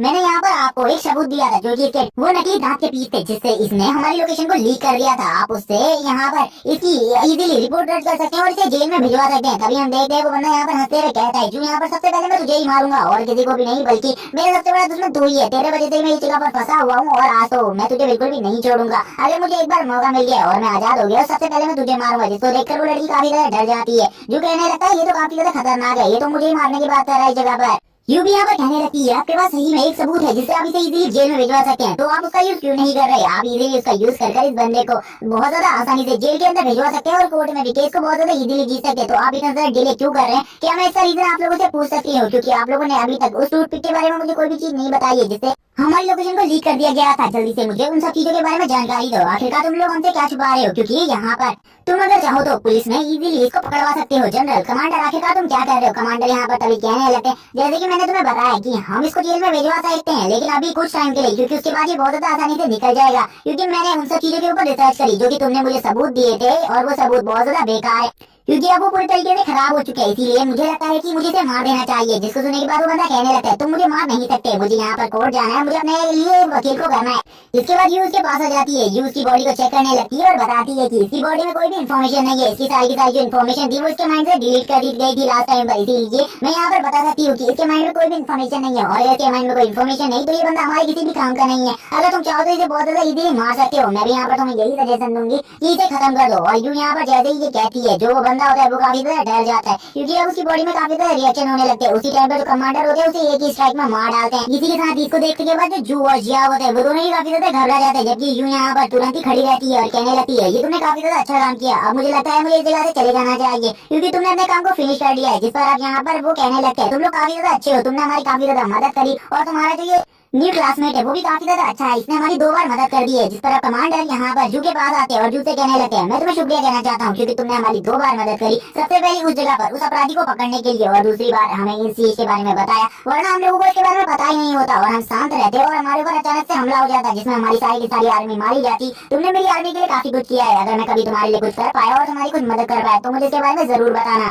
जू को भी इस टाइम पे कमांडर की पावर का पता चल चुका था, इसीलिए जू यहाँ पर कहने लगता है, कमांडर सही में आप अमेजिंग है, अगर आप नहीं होते तो हम काफी ज्यादा बुरी तरीके से जख्मी हो जाते हैं। इसी के बाद ये नई इन्फॉर्मेशन दी जाती है, कल सुबह ये लोग इस जगह से निकलेंगे, लेकिन इनके सुरक्षित उस जगह तक पहुंचने की कोई भी जानकारी नहीं दी जा सकती क्योंकि अब काफी ज्यादा टाइम हो चुका है। अब तक वो लोग प्रिपेयर कर चुके होंगे दोबारा से हमारे ऊपर अटैक करने के लिए। जू यहाँ पर उन दोनों को लेकर जाने लगती है और उन दोनों से कहती है, तुम्हें यहाँ पर ऐसा लग रहा होगा जो कमांडर है वो अगर चाहते तो उसे पहले भी मार सकते थे, लेकिन उन्होंने जब तक मैं उधर नहीं पहुंची तब तक उन्हें क्यों नहीं मारा, क्योंकि जो हमारी अलायंस है वो काफी ज्यादा पावरफुल अलायंस है। अगर वो यहाँ पर ये कहेंगे कि मिस यू भी उस जगह पर मौजूद थी और जब हमने उसे मारा उसका काफी ज्यादा खून बह चुका था, जैसे भी उन्होंने रिपोर्ट बनाई होगी, अगर वो मेरा नाम लिख देंगे तो उसके बाद वहाँ पर कोई भी इन्वेस्टिगेशन नहीं होगी उस बंदे के बारे में। सीधा सीधी बात है कि उसको मरा हुआ घोषित कर दिया जाएगा बस, क्योंकि जो हमारा कॉलेज है हमारी अलायंस है वो काफी ज्यादा स्ट्रॉन्ग अलायंस है और तुम दोनों को काफी ज्यादा अच्छा मौका मिला है इस अलायंस में आने का। इसलिए मैं तुमसे कहना चाहती हूँ कि तुम दोनों काफी ज्यादा लगी हो। जिसके बाद जो जू होता है वो स्काई की तरफ देखने लगता है क्योंकि उसे पता था अब कभी भी हमला हो सकता है उन लोगों के ऊपर, क्योंकि वो दुश्मन की सरहद के अंदर है, दुश्मन कभी भी उनके ऊपर हमला कर सकता है। लेकिन वो अभी एक कैंप के अंदर है, जिस वजह से इस जगह पर तो हमला होना नामुमकिन सी बात है, लेकिन कभी भी कहीं से भी उनके ऊपर हमला हो सकता है। जिस पर अब यहाँ पर कहने लग गए, तुम लोगों को चिंता करने की बिल्कुल भी जरूरत नहीं है, अब कल ही तुम लोग उस जगह पर पहुंच जाओगे जिस जगह पर तुम्हें होना चाहिए, यानी कि कॉलेज में, और उसके बाद तुम्हें पता चलेगा काफी सारी चीजों के बारे में, काफी सारी टेक्निक और काफी सारी ट्रेनिंग के बारे में। इसके बारे में मैं भी तुम्हें आगे चलकर बताती रहूंगी क्योंकि मैं शायद से तुम्हारी सीनियर हूँ और अभी तुम्हें काफी सारी चीजें करनी है। इसके बाद ही इनके यहाँ पर कैंप्स दिखाए जाते हैं जिनमें काफी सारे कैंप्स होते हैं और इसमें काफी सारे सोल्जर्स बॉडीगार्ड भी खड़े हुए थे जो कि इनकी प्रोटेक्शन के लिए थे। नेक्स्ट डे का सीन दिखाया जा रहा है। नेक्स्ट डे काफी सारी जो आर्मी की व्हीकल्स होती हैं वो इस जगह से निकल जाती है फिर से, जिनमें से काफी ज्यादा रिपेयर होकर निकली थी। जिसके बाद जू और जियाओ भी एक ही सीट में बैठे हुए होते हैं और ये दोनों आपस में चारों तरफ के व्यू को लेकर के बात कर रहे होते हैं। तभी हमें दिखाया जाता है इन्हीं के साथ में मिंग को भी। जो मिंग होता है वो नीचे लेटा हुआ होता है। मिंग यहाँ पर कहने लगता है, मैंने बिल्कुल भी एक्सपेक्ट नहीं किया था कि मैं उस जगह तक पहुंचने से पहले इतना ज्यादा बुरे तरीके से इंजर्ड हो जाऊंगा और ऐसी ऐसी चीजों को सफर करूंगा जो कि आज से पहले मैंने कभी भी नहीं किया था। और वो यहाँ पर मॉन्स्टर्स और डीमंस के बारे में बात कर रहा था क्योंकि आज से पहले उसने कभी भी मॉन्स्टर और डीमंस से सामना नहीं किया था। तभी हम देखते हैं वो यहाँ पर यू को देखने लगता है। यू को देखकर बोलता है, ये लेडी सही में काफी ज्यादा स्ट्रॉन्ग है, मैंने इसके बारे में जो कुछ भी सोचा था ये सही में उससे भी ज्यादा स्ट्रॉन्ग। तभी यूं यहाँ पर कहने लगती है, मैं अभी भी नहीं कह सकती तुम लोगों से कि अभी भी हम सेफली उस जगह पर पहुंच जाएंगे, लेकिन काफी ज्यादा चांसेस है अब हम सेफली उस जगह पर पहुंच जाए। तभी हमें जियाओ को दिखाया जाता है। जियाओ यहाँ पर यू से पूछती है उसकी आखिरकार जो स्पेशल स्किल है वो क्या है, क्योंकि वो उसकी स्पेशल स्किल के बारे में जानना चाहती है। कल उसने उसकी पावर्स को देखा जो कि काफी ज्यादा अमेजिंग थी, वो भी उसकी स्पेशल स्किल को जानकर सीखना चाहती है आखिरकार उसकी स्पेशल स्किल क्या है, जिसको सुनने के बाद वो यानी कि जू भी यहाँ पर यू को बैठा हुआ देख लेता है और कहने लगता है, तो आखिरकार तुम इस जगह पर हो। जिसके बाद यू होती है वो कहने लगती है, मैं तुम लोगों को अपनी स्पेशल स्किल के बारे में नहीं बता सकती क्योंकि अपनी स्पेशल स्किल के बारे में बताना बेकार सी बात है। मैं एक सी क्लास की म्यूटेंट यानी कि जीन मास्टर हूँ, इसीलिए मैं तुम लोगों से कुछ भी नहीं कहना चाहती। जिस पर जू कहने लगता है, मुझे पता है इन सब चीजों के बारे में, लेकिन तुम हमें अपनी स्किल्स के बारे में क्यों नहीं बताना चाहती, कि अपनी स्किल्स के बारे में बताने में इतनी ज्यादा प्रॉब्लम होती है। तभी यहाँ पर वो बताती है, अगर तुम अपनी स्किल्स के बारे में किसी भी बंदे को बता दोगे तो तुम्हारे बहुत कम चांसेस होंगे, उसके बाद तुम जल्द ही मारे जाओगे। क्योंकि अगर किसी भी बंदे को तुम्हारी स्किल्स के बारे में पता चल गया तो वो बहुत ज्यादा इजीली तुम्हारी स्किल को टारगेट करके ऐसी चीज को ढूंढकर जिससे तुम्हारी स्किल कमजोर पड़ जाए उसको ढूंढकर वो तुम्हें बहुत ज्यादा इजीली से मार सकता है। जिस पर आप वो जियाओ को भी एक चीज बताती है, जो उसकी स्किल है वो ऐसी जगह पर काम आती है जिस जगह पर काफी सारे प्लांट्स होते हैं। अगर उस जगह पर प्लांट्स नहीं होते तो जियाओ भी कुछ नहीं कर सकती और जियाओ काफी ज्यादा वीक हो जाती है उस टाइम पर। इसीलिए तुम्हें अपनी पावर को और ज्यादा बढ़ाना होगा और ज्यादा इनहेंस करना होगा, जिस वजह से तुम अपने आप ही प्लांट्स को ग्रो कर सको और तुम काफी ज्यादा इजीली अटैक कर सको। मैं तुमसे बस इतना कहना चाहती हूँ, तुम लोग काफी ज्यादा स्ट्रॉन्ग बनो क्योंकि आगे आने वाली जनरेशन काफी ज्यादा पावरफुल होनी चाहिए, क्योंकि जो ह्यूमंस और डीमंस के बीच ये फाइट है वो अभी और ज्यादा चलने वाली है। और जो डीमंस है वो अभी ह्यूमंस के ऊपर हमला करना बंद नहीं करेंगे, वो लगातार ह्यूमंस के ऊपर हमले करते रहेंगे। तुम लोगों को लग रहा होगा कि अभी भी हमारा सिटी में पहुंच जाते हैं तो काफी ज्यादा इजीली हम उस जगह पर रेस्ट फ्री लाइफ जी सकते हैं, लेकिन ऐसा बिल्कुल भी नहीं है। उस जगह पर पहुंचने के बाद भी हमारे ऊपर काफी सारे खतरे आ जाते हैं जिनका सामना हम नहीं कर पाएंगे। इसीलिए मैं तुम दोनों से कहना चाहती हूँ, तुम लोग सतर्क रहो और अपनी पावर को मेंटेन करके रखो, कभी भी हमारे ऊपर हमला हो सकता है, इसीलिए पूरे तरीके से तैयार रहो हमले से बचने के लिए। थोड़ी देर में इस जगह पर काफी ज्यादा बातें होने लगती है इन सभी लोगों के बीच, जिसके बाद जो होता है उसके भी पसीने छूटने लगते हैं। तभी यहाँ पर जितने भी लोग होते हैं वो सभी कहने लगते हैं, आखिरकार हम सिटी पहुंच नहीं पाए हैं, सिटी हमसे काफी ज्यादा करीब है। थोड़ी देर बाद का सीन दिखाते ये लोग सिटी जिस जगह पर पहुंचने के बाद वो लोग काफी सारी अलग अलग चीजों को देखते हैं जो कि उन्होंने आज से पहले अपनी सिटी में कभी भी नहीं देखी थी। जिन सभी चीजों में शामिल होती है एक सर्फ बोर्ड जो कि हवा में उड़ने में मदद करती है। इस सर्फ बोर्ड का यूज करते हुए इनके ऊपर हमला भी हुआ था। एक लड़का यहाँ पर इस सर्फ बोर्ड को देखते हुए कहने लगता है, मेरे पेरेंट्स कभी भी मुझे इन्हें चीजों को लेने के लिए अलाउ नहीं कर सकते क्योंकि ये चीजें काफी ज्यादा महंगी है और ये चीजें इतनी ज्यादा महंगी है कि अगर मैंने खरीदना चाहूँ तो मुझे काफी सारे पैसे को खर्च करना पड़ेगा और मेरे पेरेंट्स के पास इतना ज्यादा पैसा बिल्कुल भी नहीं है। दूसरा लड़का इस जगह पर आकर रोने लगता है क्योंकि वो पहली बार इस जगह को देखकर काफी ज्यादा खुश हो गया होता है। है। तभी हमें एक लड़के को दिखाया जाता है जो कि इन सब चीजों को देखकर कहता है ये सब खरीदना मेरे लिए बहुत ज्यादा आम बात है, क्योंकि ये जो लड़का है ये काफी ज्यादा अमीर फैमिली से बिलोंग करता है। तभी हमें दिखाया जाता है इस जगह पर जू और मिंग को, जो कि आपस में बात करने लगते हैं। जू भी यहाँ पर बताता है कि अगर उसके पेरेंट्स भी इन सब चीजों को खरीद कर उसे देंगे तभी भी वो इन्हें कभी भी नहीं खरीद पाएंगे, क्योंकि उसके फादर की मंथली सैलरी से भी ज्यादा है। इसी के बाद जो मिंग होता है वो कहने लगता है जू से कि ये जो लड़की है ये कब से तुम्हारे साथ घूम रही है, क्या ये तुम्हें पसंद करती है। और वो यहाँ पर जियाओ की बात कर रहा होता है, जिसको सुनकर जो जू होता है वो भी यहाँ पर ब्लश करने लगता है। तभी हमें दिखाते हैं जियाओ को, जो कि कहने लगती है आखिरकार तुम दोनों किस बारे में बात कर रहे हो। तभी हमें इस सिटी पर एक बंदी को दिखाया जाता है जो कि इन सभी के बारे में अब हमें बताने लगती है। इन सभी को अब इनके डेस्टिनेशन पर पहुंचाया जा रहा है, यानी कि जो इनके यूनिकैम्स है उस जगह पर इन सभी को भेजा जा रहा होता है। इसी के बाद एक अनाउंसमेंट होती है, कल को इनका टेस्ट होने वाला है और इनका जो टेस्ट है वो काफी ज्यादा टफ होने वाला है, क्योंकि इस टेस्ट में जिस भी बंदे का एफ ग्रेड आएगा उन सभी को इस स्कूल से निकाल दिया जाएगा, और एफ ग्रेड से जिनका भी ऊपर ग्रेड आएंगे उन सभी को इस स्कूल में रखा जाएगा। जिसको चुनने के बाद यहाँ पर तो मिंग की हालत खराब हो जाती है, लेकिन तभी मिंग के सामने कुछ लोग आ जाते हैं जो कि हॉस्पिटल से होते हैं, और वो दोनों कहने लगते हैं तुम्हें हमारे साथ चलना होगा, क्योंकि इस टाइम पर तुम्हारा हमारे साथ जाना जरूरी है। तुम इन टेस्ट को नहीं ले सकते 2 महीने तक, क्योंकि तुम्हारा जो फ्रैक्चर है वो काफी ज्यादा बड़ा है, इसे ठीक होने में टाइम लगेगा। जिसके बाद जो पूछने लगता है क्या इन सब चीजों का जो खर्चा है वो मुफ्त से मेरे लिए जो भी चीजें वहाँ पर दी जाएंगी, जो भी सुविधाएं मुझे दी जाएंगी वो सारी चीजें फ्री होंगी, क्या तुम मुझे इसके बारे में बता सकती हो। और ये सुनने के बाद तो यानी कि वहाँ पर सब कुछ फ्री होने वाला है। ये सुनने के बाद वो तुरंत ही उनके साथ जाने के लिए तैयार हो जाता है, जिसे देखकर जू कहने लगता है उसे बस यहाँ पर अपने खाने की व्यवस्था करनी थी और किसी भी चीज की नहीं।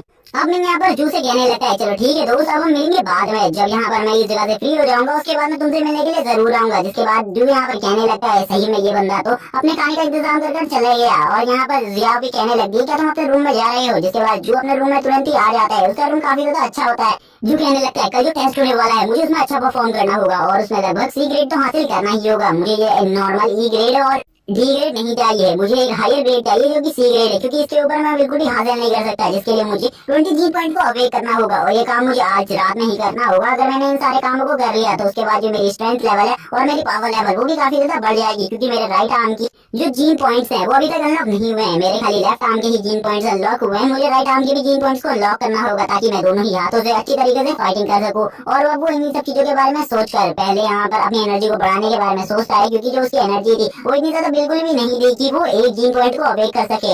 इसी के साथ ही वो हमें बताता है अगर उसके पास सी रैंक आ जाएगा तो काफी ज्यादा अच्छी बात होगी, क्योंकि जो स्कूल स्टाफ है वो उसे ई रैंक की मेडिसिन, सी रैंक की मेडिसिन और डी रैंक की मेडिसिन इजीली अवेलेबल करवा देंगी। और इन सभी की जो कॉस्ट है वो काफी ज्यादा है, उसके फादर की सैलरी से भी ज्यादा। ये कॉस्ट इतनी ज्यादा है कि उसके फादर अगर पूरा साल भी अच्छे तरीके से काम करे तभी भी शायद से ये तीनों की तीनों मेडिसिन उसके फादर ना खरीद पाए। तभी वो उस मेडिसिन को निकालता है जो कि उसके फादर ने दी होती है, वो तुरंत ही उसको निकाल कर कहने लगता है चलो ठीक है ये मेडिसिन अभी मेरी हेल्प करने वाली है मेरे पॉइंट को अवेक करने में, जिसके बाद मैं काफी ज्यादा मुनाफा ले सकता हूँ स्कूल से।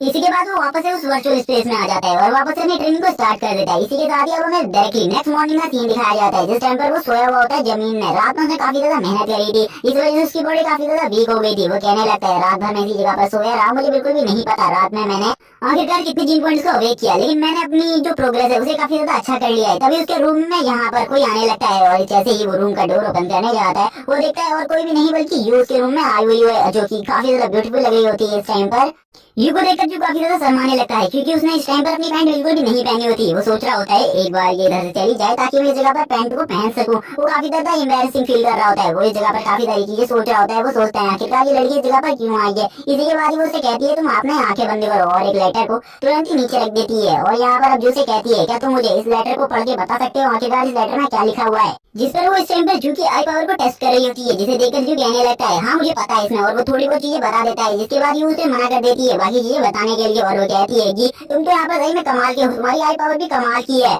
लेकिन उससे पहले मैं तुमसे बाकी बातें करूँ तो उससे पहले तुम अपनी पैंट को पहन लो। जिस पर जू यहाँ पर कहता है आखिरकार इसने मुझे पैंट पहनने के लिए कहा, मुझे जल्दी करनी होगी। लेकिन उसी टाइम पर हमें दिखाते हैं जो जू का एक बंदा होता है वो सीनियर, वो इस जगह पर आ जाता है और कहने लगता है चलो ठीक है अब हमें चलना होगा, मुझे यहाँ पर काम दिया गया है तुम्हें टेस्ट की पोजीशन पर लाने का, इसीलिए जल्दी से तैयार हो जाओ। जैसे ही वो इस जगह पर मिस यू को देखता है वो काफी ज्यादा शर्माने लगता है और कहता है मैं भी थोड़ी देर बाद वापस आऊंगा।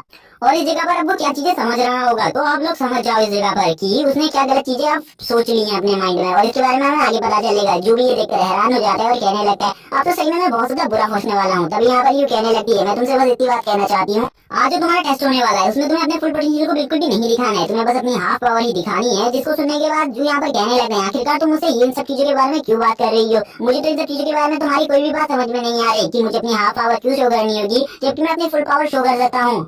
जो कहता है मुझे तुम अच्छे तरीके से एक्सप्लेन करो, क्योंकि मुझे तुम्हारी कोई भी बात इस टाइम पर समझ में नहीं आ रही है। जो भी तुम मुझसे कहने की कोशिश कर रही हो तभी वो बताती है। अगर तुम अपने फुल पोटेंशियल को सभी के सामने ले आओगे तो शायद से वो तुम्हें एक जासूस बना दे, और अगर तुम एक जासूस बन गए तो तुम हमारी एकेडमी में बिल्कुल भी नहीं आ सकते। इसीलिए मैं चाहती हूँ अगर तुम हमारी एकेडमी में आना चाहते हो तो तुम्हें इस टेस्ट को अपनी आधी पावर के साथ ही कंप्लीट करना होगा, वरना तुम कभी भी हमारी एकेडमी में नहीं आ पाओगे। और बाद में ये सभी लोग मिलकर तुम्हारी पावर का मिसयूज भी कर सकते हैं। इसलिए मैं चाहती हूँ कि तुम पहले ही हमारी एकेडमी के साथ कॉन्ट्रैक्ट साइन कर लो, और सभी जो ये टेस्ट होने वाले तुम्हारे इसमें अपनी हाफ पावर का ही यूज करो। जो भी यहाँ पर सारी चीजें समझ जाता है, क्योंकि इस जगह पर उसकी पावर का कभी भी मिसयूज हो सकता है, और उसकी जो स्ट्रेंथ पावर है वो अभी काफी ज्यादा कम है। इसीलिए उसे पता है उसे क्या करना है। मिस यूज से कहती हैं अगर तुम यहाँ पर अपनी पावर को एक जासूस बनकर पूरी तरीके से खत्म करना चाहते हो तो मैं बिल्कुल भी नहीं रोकूंगी। लेकिन अगर तुम जासूस नहीं बनना चाहते हो मैं तुमसे बस इतना ही कहना चाहूंगी कि तुम्हें अपनी हाफ पावर को ही यूज करना चाहिए। लेकिन अब यहाँ पर जो यू होती है उसकी बात को जो अच्छे से नहीं समझ पा रहा होता है, इसीलिए जो कहने लगता है आप मुझसे हाफ पावर को यूज करने के लिए क्यों कह रही हैं, बल्कि मैं उनके साथ ज्वाइन होने से मना भी कर सकता हूँ।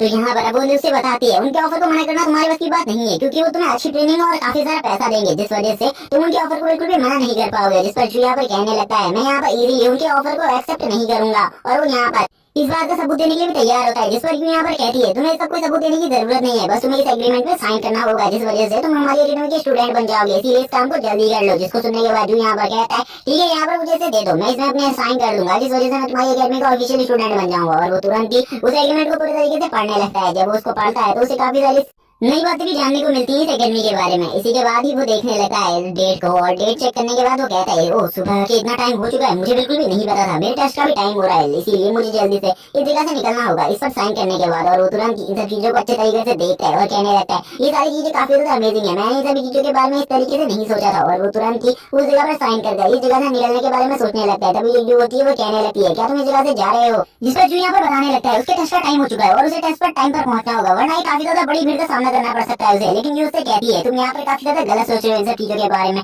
जब तुम अपनी टेस्ट लोकेशन पर पहुंचोगे तब तुम्हें इन सब चीजों के बारे में खुद बहुत पता चल जाएगा। थोड़ी देर में जूस पर साइन करने के बाद यू को वापस कर देता है और यू से कहता है मैंने इस पर साइन कर दिए हैं, मैंने इसे अच्छे तरीके से भी नहीं पढ़ा, इसीलिए मैं बाद में तुम्हारे पास आऊंगा और इन सब चीजों को ध्यान से पढ़ूंगा। तभी हमें उस दूसरे स्टूडेंट को दिखाया जाता है जो की दीवार में कान लगाकर इनकी सारी बातों को सुन रहा होता है। तुरंत ही यू इस जगह से चली जाती है। यू जैसे इस जगह से जाती है जो भी उसी को देख रहा होता है, और तभी ये जो लड़का है ये जू का इंतजार करने लगता है और जू का वेट करते हुए कहने लगता है आखिरकार तुम्हें काफी ज्यादा लेट हो गई। लेकिन वो तुरंत ही अब जू के काफी ज्यादा करीब आ जाता है, उससे कहने लगता है तुम तो यहाँ पर सही में काफी ज्यादा अमेजिंग हो, तुमने यहाँ पर एक ही दिन में इस कैंपस की सबसे ज्यादा ब्यूटीफुल लड़की मिस यू को सेट कर लिया है, तुम तो काफी ज्यादा अमेजिंग हो, क्या तुम मुझे भी ये सारी चीजें सिखा सकते हो। और यहाँ पर अब तो जू की हालत खराब हो जाती है। जू कहने लगता है मैंने पहले ही सोचा था ये लड़का कुछ इसी तरीके की बातें सोच रहा होगा, लेकिन ये मेरा सीनियर है, आखिरकार मैं इससे कुछ कह भी नहीं सकता, और अगर इसने ये सारी की सारी बातें कैंपस में फैला दी तो यहाँ पर मेरे लिए तो बहुत ज्यादा बुरी बात हो जाएगी। और यहाँ पर अब वो लड़का कहने लगता है तुम तो यहाँ पर सही में एक रियल जीनियस हो, और अब मुझे ये सारी बातें बाकी सभी को भी बतानी चाहिए, तुमने यहाँ पर कितना बड़ा काम किया है। जिसे सुनने के बाद तो जू की फट के आत्मा आ जाती है। जू कहने लगता है मुझे कुछ ना कुछ करना होगा इस लड़के का, वरना ये तो पूरे कैंपस में मेरी इन सारी चीजों के बारे में बता देगा, और मेरे और यू के बारे में जैसे ही सभी को पता चल जाएगा कि हम दोनों एक रूम में एक साथ थे, इससे यू को भी काफी ज्यादा प्रॉब्लम हो सकती है और इस बंदे को तो हो ही सकती है, क्योंकि यू जो इसको बाद में कूटेगी उसका मैं क्या ही कर सकता हूँ। इसी के बाद ये यहाँ पर लड़के से कहने लगता है मैं यहाँ पर तुम्हारे साथ एक शर्त लगाना चाहता हूँ, तुम इस बात को तभी सब लोगों को बता सकते हो जब मैं चाहूंगा, और मैं तुम्हें ये चीज भी सिखा दूंगा जो तुम मुझसे सीखना चाहते हो। लेकिन अगर मैं जीत जाता हूँ तो तुम इस बात को राज ही रखोगे, बस तुम्हें ये करना है मेरे पास एक मेटालिक बॉल है, तुम्हें इसे डॉच करना है जब मैं तुम्हारे ऊपर इसे अटैक करूंगा। जिसे सुनने के बाद वो कहने लगता है ठीक है ये तो मेरे लिए काफी ज्यादा इजीली है, क्योंकि मेरा रैंक सी है और मैं तो काफी ज्यादा पावरफुल और स्पीड मास्टर हूँ, इसीलिए मैं बहुत ज्यादा इजीली इसे डॉच कर लूंगा। जो कहने लगता है इसके पास एक सी रैंक होने के बाद भी ये मेरे इस अटैक को नहीं डॉच कर पाएगा, क्योंकि मैंने इसके लिए काफी ज्यादा प्रैक्टिस करी है। और अब वो बंदा कहता है चलो ठीक है मैं इसके लिए तैयार हो रहा हूँ, और तुरंत ही तुम मेरे ऊपर हमला कर देना। इसी के साथ ही जो का सीनियर होता है वो वार्म अप करने लगता है इस जगह पर, ताकि वो जू के इस अटैक को संभाल सके। और वो तभी कहने लगता है चलो ठीक है मैं पूरी तरीके से तैयार हूँ, तुम अपने हमले को करो। और यहाँ पर अब जू भी तैयार होने लगता है अपने हमले को करने के लिए, क्योंकि उसके पास भी एक ही चांस था इस हमले को करने का। इसी के बाद ही वो इस हमले को कर देता है। जैसे ही जू इस हमले को करता है वैसे ही जो वो बंदा होता है वो बहुत ज्यादा इजीली इस अटैक को डॉच कर लेता है। लेकिन तभी जो जू होता है वो दूसरा अटैक करता है जिससे वो बिल्कुल भी नहीं बच पाता और इस अटैक को डॉच नहीं कर पाता। और वो जोर से चिल्लाने लगता है तुम तो बहुत बड़े चीटर हो, तुमने ऐसा क्यों किया, तुमने कहा था तुम मेरे ऊपर खाली एक ही अटैक करोगे, तुमने मेरे ऊपर दूसरा अटैक क्यों किया। इसी के साथ वो जू पर काफी ज्यादा भड़क जाता है और कहने लगता है मैंने बिल्कुल भी नहीं सोचा था तुम्हारे बारे में, तुम जीतने के लिए ये सब चीजें यूज करोगे। तभी यहाँ पर जू उसे बताता है कि उसने कभी भी ऐसा नहीं कहा था कि वो उसके ऊपर एक ही अटैक करेगा, उसने कहा था कि वो उसके ऊपर बस अटैक करेगा। इसी के साथ ही जो वो बंदा होता है वो कहने लगता है हाँ ये बात तो सही है, लेकिन जैसे ही वो नीचे पड़ी हुई बॉल को देखता है वो देखता है कि जू ने उस बॉल को बीच से तोड़ रखा है, यानी कि जू ने दो मेटालिक बॉल का यूज नहीं किया, बल्कि एक ही मेटालिक बॉल को दो हिस्सों में तोड़कर उससे अटैक किया है उसके ऊपर। इसीलिए वो कहता है ठीक है यहाँ पर मैं अपनी हार मानने को तैयार हूँ, जैसे कि मैं हार चुका हूँ तो मैं अपनी बात को मानूंगा और मैं तुम्हारी इस बात को किसी को भी नहीं बताऊंगा। लेकिन अभी तुम्हें मेरे साथ चलना होगा टेस्ट की लोकेशन पर। अगर तुम उस जगह पर लेट हो गए तो तुम्हारी जो पोजीशन है उसे किसी और को भी दे दिया जा सकता है, इसीलिए जल्दी से चलो मेरे साथ। जिस पर जू भी तैयार हो जाता है। जू कहने लगता है चलो ठीक है, ये तो बहुत ज्यादा अच्छी बात है, मैंने कल रात को ही अपने जितने भी जीन पॉइंट्स थे उनको अवेक कर लिया था, जिस वजह से अब मेरे दोनों हाथों की पावर काफी ज्यादा बढ़ गई है। तभी हमें दिखाते हैं अभी दोनों ही एक साथ आगे बढ़ने लगते हैं। हमें दिखाया जाता है एक जगह पर एक जगह का सीन, जिस जगह पर ये दोनों ही खड़े होते हैं एक साथ में। तभी यहाँ पर जो सीनियर होता है उसका वो कहने लगता है मुझे भी अपना टेस्ट देने के लिए जाना है, इसीलिए तुम इस जगह पर पहले अपना ये वाला टेस्ट दे दो। इसी के बाद जू देखता है कि उस जगह पर कोई भी भीड़ नहीं होती, खाली एक लड़की बैठी हुई थी जो कि सभी के टेस्ट ले रही होती है। जू तुरंत ही उसके पास आता है और उसे अपने टेस्ट के बारे में बताता है, जिसके बाद वो लड़की उसे बताती है कि उसका टेस्ट कंप्लीट हो चुका है, उसे और किसी भी चीज की जरूरत नहीं है और इस जगह पर कोई भी ज्यादा प्रॉब्लम नहीं होती। उसे डायरेक्टली सी रैंक के मिडिल ग्रुप में भेज दिया जाता है और ये सब कुछ उसके लिए बहुत ज्यादा आसान होता है। और गाइस मैं बता दूं ये कोई पावर का ग्रुप नहीं है, बल्कि ये एक रैंकिंग टाइप ग्रुप है और इसमें किसी की भी पावर के बारे में कुछ भी नहीं कहा जा सकता, किसी की भी पावर कुछ भी हो सकती है। और पावर वाले ग्रुप के बारे में हमें आगे बताया जाएगा। इसी के बाद ये जो होता है वो अगले टेस्ट के लिए जाने लगता है, जो कि और कोई नहीं बल्कि वही जासूस वाला टेस्ट होता है, जिसके लिए उसे अपनी पावर्स का यूज करना था। थोड़ी देर में वो उस जगह पर पहुंच जाता है, लेकिन उस जगह पर थोड़े बहुत बच्चे जा रहे होते हैं। जो कहने लगता है इस जगह पर मुझे थोड़ी बहुत भीड़ देखने को मिल रही है, वरना जो हम इंटेलिजेंट क्लास के लोग हैं उनके उसमें कोई भी ज्यादा भीड़ नहीं होती।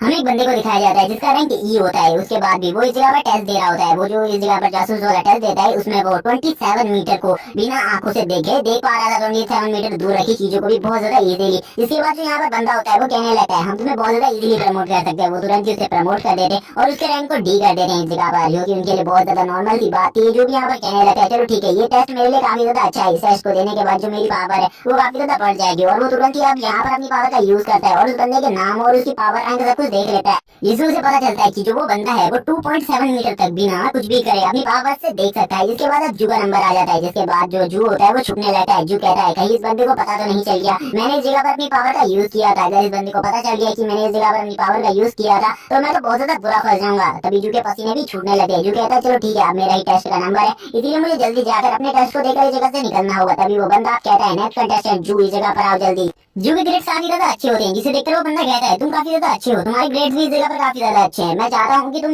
सामने रखे हुए बॉक्स को बिना कुछ देखे उसमें हाथ लगाकर बस ये चेक करो कि उसमें कितनी चीजें हैं और क्या क्या चीजें तुम्हें दिखाई दे रही है। इसी के बाद जो जू होता है वो सारी चीजों को देखने लगता है धीरे धीरे कर जू बहुत ज्यादा आगे तक देख लेता है, जिसमें हमें बताया जाता है जो जू है वो 324 सेंटीमीटर तक बहुत ज्यादा इजीली देख सकता है। जो कहने लगता है जैसा कि मुझे मिस जू ने बताया था कि मुझे इस जगह पर अपनी पावर को हाफी तरीके से यूज करना है, इसलिए मुझे अपनी पावर को काफी ज्यादा कम बताना होगा। और वो इसी के बाद ही अपनी पावर को इस जगह पर काफी ज्यादा कम बताते हुए बताता है कि मैं खाली 1.7 मीटर ही देख सकता हूँ, जिसे देखकर वो बंदा काफी ज्यादा हैरान होता है, क्योंकि जो जू के टैलेंट रेट्स होते हैं वो काफी ज्यादा अच्छे होते हैं। जिसके बाद वो कहने लगता है मुझे ऐसा लगता है तुम एक बिगिनर हो, इसीलिए तुम ज्यादा आगे तक नहीं देख सकते, लेकिन आगे आने वाले टाइम में तुम काफी ज्यादा अच्छा कर सकते हो, इसीलिए मैं चाहता हूँ तुम मेरी अकेडमी में ज्वाइन हो जाओ और मेरी एकेडमी की तरफ से तुम्हें सारी की सारी सुविधाएं दी जाएंगी। तुम बिल्कुल भी चिंतित मत हो इन सब चीजों के लिए। जो यहाँ पर जैसे इस बात को सुनता है, जो यहाँ पर कहने लगता है क्या इस बंदे को पता चल गया कि मैंने यहाँ पर अपनी हाफ पावर का यूज किया था इस टेस्ट को देने के लिए, क्या मेरी पोल खुल चुकी है। लेकिन जो इस टाइम पर अपने वापस से कॉन्फिडेंस को बनाते हुए कहने लगता है आखिरकार मैं आपकी एकेडमी ग्रुप में क्या करूंगा, जबकि मेरा रैंक काफी ज्यादा कम है, इसीलिए मुझे आपकी एकेडमी ग्रुप में नहीं होना चाहिए, क्योंकि आपका एकेडमी ग्रुप काफी ज्यादा स्ट्रॉन्ग है, इसीलिए मुझे इतनी ज्यादा बेकार रैंक के साथ इस जगह पर नहीं होना चाहिए। लेकिन वो यहाँ पर कहने लगते तुम हमारे एकेडमी ग्रुप में फिर भी ज्वाइन हो सकते हो और तुम्हारे ग्रेड्स कम है, तुम्हें बस यहाँ पर हमारे एकेडमी ग्रुप में ज्यादा चीजें नहीं करनी, बस तुम्हें हमारे जासूसी करनी होगी, वो भी कुछ ज्यादा नॉर्मल लोगों की नहीं बल्कि जिनके पास कुछ स्पेशल पावर्स होती है उन लोगों की। उसी टाइम पर हमें दिखाते हैं जो का सीनियर होता है वो भी जगह पर आ जाता है और वो काफी ज्यादा जोर से चिल्लाते में जूते कहने लगते हैं मैंने तुम उस जगह पर रुकने को कहा था, तुम मेरे लिए आगे का रुके क्यों नहीं। वो सीनियर काफी ज्यादा भड़का हुआ होता है, जैसे ही वो सामने टीचर को देखता है उसकी भी फट के हाथ में आ जाती है। वो कहने लगता है आखिरकार मैं क्या चीजें बोल दिया, मुझे तो इसके बारे में कुछ भी नहीं पता। जो जैसे ही सीनियर को देखता है वो कहने लगता है सीनियर तो आखिरकार आप इस जगह पर आ ही गए, और यहाँ पर अब वो सीनियर से कुछ बातें करने लगता है ताकि वो उस बंदे को इग्नोर कर सके, क्योंकि वो बंदा काफी ज्यादा इग्नोरिंग था। लेकिन इसी के साथ ही जो होता है वो अपने मन में कुछ चीजें सोचने लगता है। जो कहने लगता है अगर मैं किसी की जासूसी करूंगा तो मेरे लिए काफी सारी प्रॉब्लम्स हो सकती है, उन लोगों से फाइट करना भी मेरे लिए काफी ज्यादा मुश्किल की बात है, क्योंकि मैंने देख लिया कोई भी जासूस अगर पकड़ा जाए तो उसके साथ क्या किया जाता है। इसीलिए मैं बिल्कुल भी कोई जासूस नहीं बनना चाहता, क्योंकि जासूस बनना काफी ज्यादा बेकार है। मुझे तो बनना है मिस यू की तरह। उनकी पावर मैंने देखी है, उनकी जो साइकिक पावर थी वो कितनी ज्यादा थी, मुझे भी उसी टाइप की साइकिक पावर्स को होल्ड करना है। इसके बाद तो मैं काफी ज्यादा स्ट्रॉन्ग हो जाऊंगा, इसीलिए मुझे कोई भी चिंता करने की जरूरत नहीं है। मुझे मिस यू की तरह बनना है, अपनी पावर्स को अवेक करना होगा जल्दी से जल्दी। इसी के बाद वो उस बंदे से कहने लगता है मुझे अपने सीनियर के साथ किसी तरफ जाना होगा, क्योंकि मुझे आपकी जो क्लास है ज्यादा पसंद है, इसीलिए मैं आपकी क्लास के बारे में सोचूंगा और इसके बाद में मैं बाद में कहूंगा। इसके बाद अब यहाँ पर उसे सीनियर सोचने लगता है, इसको तो सभी लोग अपनी क्लास में लेना चाहते हैं, ये तो काफी ज्यादा अमेजिंग बात है। मुझे ऐसा लगता है जो मेरा जूनियर है वो काफी ज्यादा जल्दी काफी ज्यादा हाई रैंक को अचीव कर लेगा। इसी के बाद जो बंदा होता है वो कहने लगता है, ठीक है यहाँ पर तुम जरूर मेरी क्लास के बारे में जरूर सोचना। इसी के बाद जो उसका सीनियर होता है वो कहने लगता है, मास्टर आपको इस जगह पर इससे बात नहीं करनी चाहिए, क्या आपको इसकी मास्टर के बारे में पता है? आखिरकार जो इसकी मास्टर है वो कौन है? मिस यू की मास्टर को तो तुम जानते ही होगे, वही अब इसकी न्यू मास्टर है, इसीलिए तुम्हें इससे पंगा नहीं लेना चाहिए। जिसे सुनने के बाद उसके भी पसीने छूटने लगते हैं। वो कहने लगते हैं, लगता है कि ये तो सही में काफी ज्यादा अमेजिंग है, जरूर इसके अंदर कोई ना कोई सीक्रेट टैलेंट होगा, इस वजह से उन्होंने इसे अपनी एकेडमी में लिया है। मुझे भी इसे एकेडमी में लेने की पूरी कोशिश करनी चाहिए। अब तो यहाँ पर यूकी और ज्यादा हालत खराब हो जाती है, क्योंकि वो बंदा उसे और ज्यादा खतरनाक ऑफर देने लगता है। वो कहने लगता है, हम यहाँ पर तुम्हें काफी ज्यादा अच्छे ऑफर देने को तैयार है, तुम यहाँ पर जो भी कहोगे हम उस चीज के लिए भी तैयार है, बस तुम्हें हमारे रिक्रूटमेंट में आ जाना होगा। लेकिन जो उसकी बात को नहीं मान रहा होता, जिसको सुनने के बाद अब उस बंदे की भी हालत खराब होने लगती है, क्योंकि ऐसे स्टूडेंट को वो भी नहीं खोना चाहता है। जो कहने लगता है, मैंने कहा ना मैं आपके बारे में सोच कर बताऊंगा आपको, लेकिन इस टाइम के लिए मुझे अपने सीनियर के साथ एक जगह पर जाना है, जिसके लिए मैं आपसे परमिशन चाहता हूँ। और थोड़ी देर बाद वो दोनों ही इस जगह से निकल जाते हैं और ये दोनों ही रास्ते में चलते हुए काफी सारी बातें करने लगते हैं। अब यहाँ पर जो उसका सीनियर होता है वो बताता है, सभी लोगों का स्ट्रेंथ चेकअप हो रहा है उस जगह पर, क्या तुम भी अपना स्ट्रेंथ को चेक करना चाहते हो? जो जैसे यहाँ पर इन सब चीजों के बारे में सुनता है वो कहने लगता है, हाँ मैं तो इस चीज को जरूर टेस्ट करना चाहता हूँ एक बार, क्योंकि मुझे भी देखना है आखिरकार जो मेरी स्ट्रेंथ है वो कितनी ज्यादा है, और इन सब चीजों के लिए मैं काफी ज्यादा एक्साइटेड हूँ। क्या तुम मुझे उस जगह पर ले जा सकती हो जिस जगह पर इन सब चीजों का टेस्ट हो रहा है? मैं भी उस जगह पर ये टेस्ट देना चाहता हूँ और अपनी पावर को चेक करना चाहता हूँ। जिसके बाद जो सीनियर होता है वो कहता है, ठीक है यहाँ पर अगर तुम इस सब चीजों का चेकअप कराना चाहते हो तो जल्दी चलो मेरे साथ, ताकि हम इसका टेस्ट कर सके और तुम्हारी रैंक को चेक कर सके, आखिरकार तुम्हारी रैंक क्या है ओनियर स्कूल में। जिसको सुनने के बाद जो होता है वो कहने लगता है, मुझे पता है मेरा रैंक इतना ज्यादा अच्छा नहीं हुआ क्योंकि मैं इंटेलिजेंट क्लास का हूँ, लेकिन वो काफी ज्यादा खुश होता है क्योंकि वो भी इस टेस्ट को देख सकता है, क्योंकि इस जगह पर काफी सारे स्टूडेंट है जो कि इस टेस्ट को नहीं दे सकते, लेकिन जो इस टेस्ट को दे सकता है। तभी यहाँ पर जो होता है वो तुरंत ही अब लाइन में लग जाता है और ये लाइन काफी ज्यादा लंबी होती है। जो कहने लगता है, मैंने तो पहले से ही अपना रिजर्वेंट करा दिया है और मैं थोड़ी ही देर में उस जगह पर पहुंच जाऊंगा जिस जगह पर ये सारे टेस्ट हो रहे हैं, लेकिन काफी सारे लोग हैं इस लाइन में, इसलिए मुझे काफी लंबा टाइम लगने वाला है। तभी जो की वॉच होती है उसमें काफी इंस्ट्रक्शंस आते हैं, उसे बताया जाता है कि उसकी स्ट्रेंथ को एनालाइज किया जा रहा है और उसकी स्ट्रेंथ के हिसाब से उसे कोई रैंक दे दिया जाएगा थोड़ी ही देर में, और ये रैंक उसके पास थोड़ी देर में आ जाएगा। लेकिन इसी टाइम पे एक गड़बड़ होने लगती है इस जगह पर, काफी सारे लोगों को कोई बंदा उठाकर फेंक रहा होता है और ये एक ई रैंक का बंदा होता है। ये इस जगह पर आगे आना चाहता था और कहने लगता है कि मैं एक ई रैंक का मास्टर हूँ, इसीलिए सभी लोग मेरे रास्ते से हट जाओ वरना तुम सभी को मैं हराकर मार डालूंगा। और वो बंदा काफी ज्यादा तेजी से आगे बढ़ रहा होता है, जिसे देखकर कुछ बंदे आपस में बात करते हुए कहते हैं, ये बंदा तो सही में काफी ज्यादा पावरफुल है, इसके पास ई रैंक है और ये सभी को इसी तरीके से फेंक रहा है, ये तो काफी ज्यादा बुली बॉय लगता है। तभी जो बंदे इस जगह पर इसका विरोध कर रहे होते हैं वो उनको काफी ज्यादा इजीली उठाकर पीछे की तरफ फेंक देता है, जैसे स्कूल में कोई कानून ही ना हो, और वो कानून को बहुत ज्यादा बुरे तरीके से तोड़ रहा होता है इस जगह पर। तभी वो देखता है सामने एक बोर्ड को जिसमें कुछ चीज के बारे में लिखा होता है, लेकिन वो उस पर ज्यादा ध्यान नहीं देता और तुरंत ही आगे बढ़ जाता है। तभी स्क्रीन में अनाउंसमेंट होने लगती है और उन सभी बच्चों को तब तक के लिए एक चीज के बारे में बताया जाता है। जब वो लोग अपनी जीन पावर को धीरे धीरे करके बढ़ाते रहते हैं तो उन्हें जल्दी से जल्दी अपनी जीन पावर को बढ़ाना होता है, क्योंकि इस जगह पर कोई भी हाई रैंक का जो जीन पावर मास्टर होता है वो जल्दी जल्दी से ग्रो कर सकता है और काफी ज्यादा मुनाफे को कमा सकता है। जैसे कि किसी बंदे के पास काफी ज्यादा स्ट्रेंथ है और वो बी रैंक का मास्टर बन गया तो उसके बाद उसके लिए काफी ज्यादा इजी होता है ग्रो करना। और जब वो बंदा ग्रो करना स्टार्ट करता है, ग्रो करने की स्टार्टिंग में काफी सारे लोग उसे रोकते हैं, लेकिन जब वो अपनी पीक पर पहुंच जाता है, यानी कि वो ए रैंक या फिर एस रैंक पर पहुंच जाता है, तो उसकी पावर उसके पीक पर होती है। इसके बाद वो ह्यूमन सिविलाइजेशन का एक महान योद्धा बन जाता है जिसे हम सभी मास्टर के नाम से जानते हैं या फिर ग्रैंड मास्टर।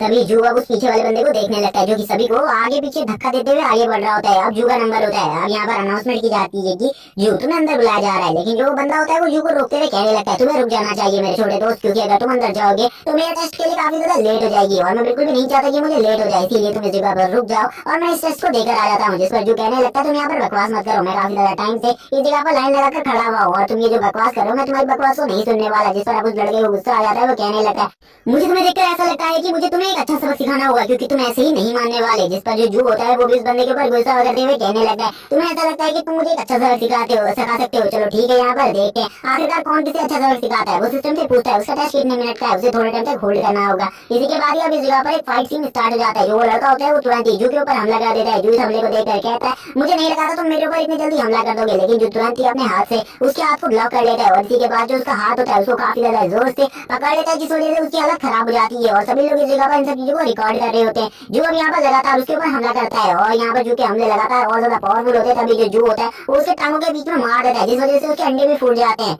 जिसको देखकर जितने भी लोग इस जगह पर मौजूद होते हैं वो सभी अपनी आंखें बंद कर लेते हैं और वो कहने लगते हैं जू तो सही में काफी ज्यादा अमेजिंग है। और बाकी जो 3 लड़के उसके साथ होते हैं वो भी अब जू के ऊपर हमला कर देते हैं। जू की स्पीड इतनी ज्यादा फास्ट होती है कि जू अपने एक ही अटैक में उन तीनों को बहुत ज्यादा बुरे तरीके से घायल कर देता है, जिसे देखकर जितने भी लोग इस जगह पर मौजूद होते हैं वो कहने लगते हैं ये बंदा तो सही में काफी ज्यादा अमेजिंग है, हमने तो देखा भी नहीं उस बंदे ने कब उसके ऊपर अटैक किया, क्या उसके पास कोई नुकीला हथियार था जिससे उसने उन लोगों को इजीली डैमेज कर दिया। तभी यहाँ पर जो उसका सीनियर होता है वो कहने लगता है ये लड़का तो काफी ज्यादा अमेजिंग है, लेकिन ये काफी ज्यादा मुसीबत है, फंसने वाला है, क्योंकि अगर इस बंदे ने अगर आगे चलकर आगे रिपोर्ट कर दी तो बहुत ज्यादा बुरा फंस जाएगा, क्योंकि जू का रैंक ई रैंक नहीं होगा, क्योंकि वो इंटेलिजेंट क्लास का है, जिस वजह से उसे काफी ज्यादा प्रॉब्लम हो सकती है। इसी के बाद ही अब जितने भी लोग इस जगह पर होते हैं वो काफी ज्यादा अलग अलग बातें करने लगते हैं। जितने भी लोग होते हैं वो रिकॉर्ड कर रहे होते हैं सब चीजों को और कहने लगते हैं एक ई रैंक के बंदे की इतनी ज्यादा बुरे तरीके से पिटाई हुई है एक नॉर्मल रैंक के बंदे के हाथों से, ये तो काफी ज्यादा अमेजिंग है, रिकॉर्ड करने वाली चीज है। जिसको देखकर वो बंदा यहाँ पर कह रहा होता है तो तुम में से यहाँ पर जो जो रिकॉर्ड कर रहे हैं सब चीजों को तुरंत ही सब चीजों को डिलीट कर दो, वरना तुम्हारे साथ बिल्कुल भी अच्छा नहीं होगा। और थोड़ी देर में जो जू होता है वो काफी ज्यादा एक सेलिब्रिटी बन जाता है, जो कहने लगता है मुझे तो इन सब चीजों से दूर रहना था, लेकिन आखिरकार मैं इन सब चीजों में कैसे फंस सकता हूँ, ये तो काफी ज्यादा बुरी है मेरे लिए।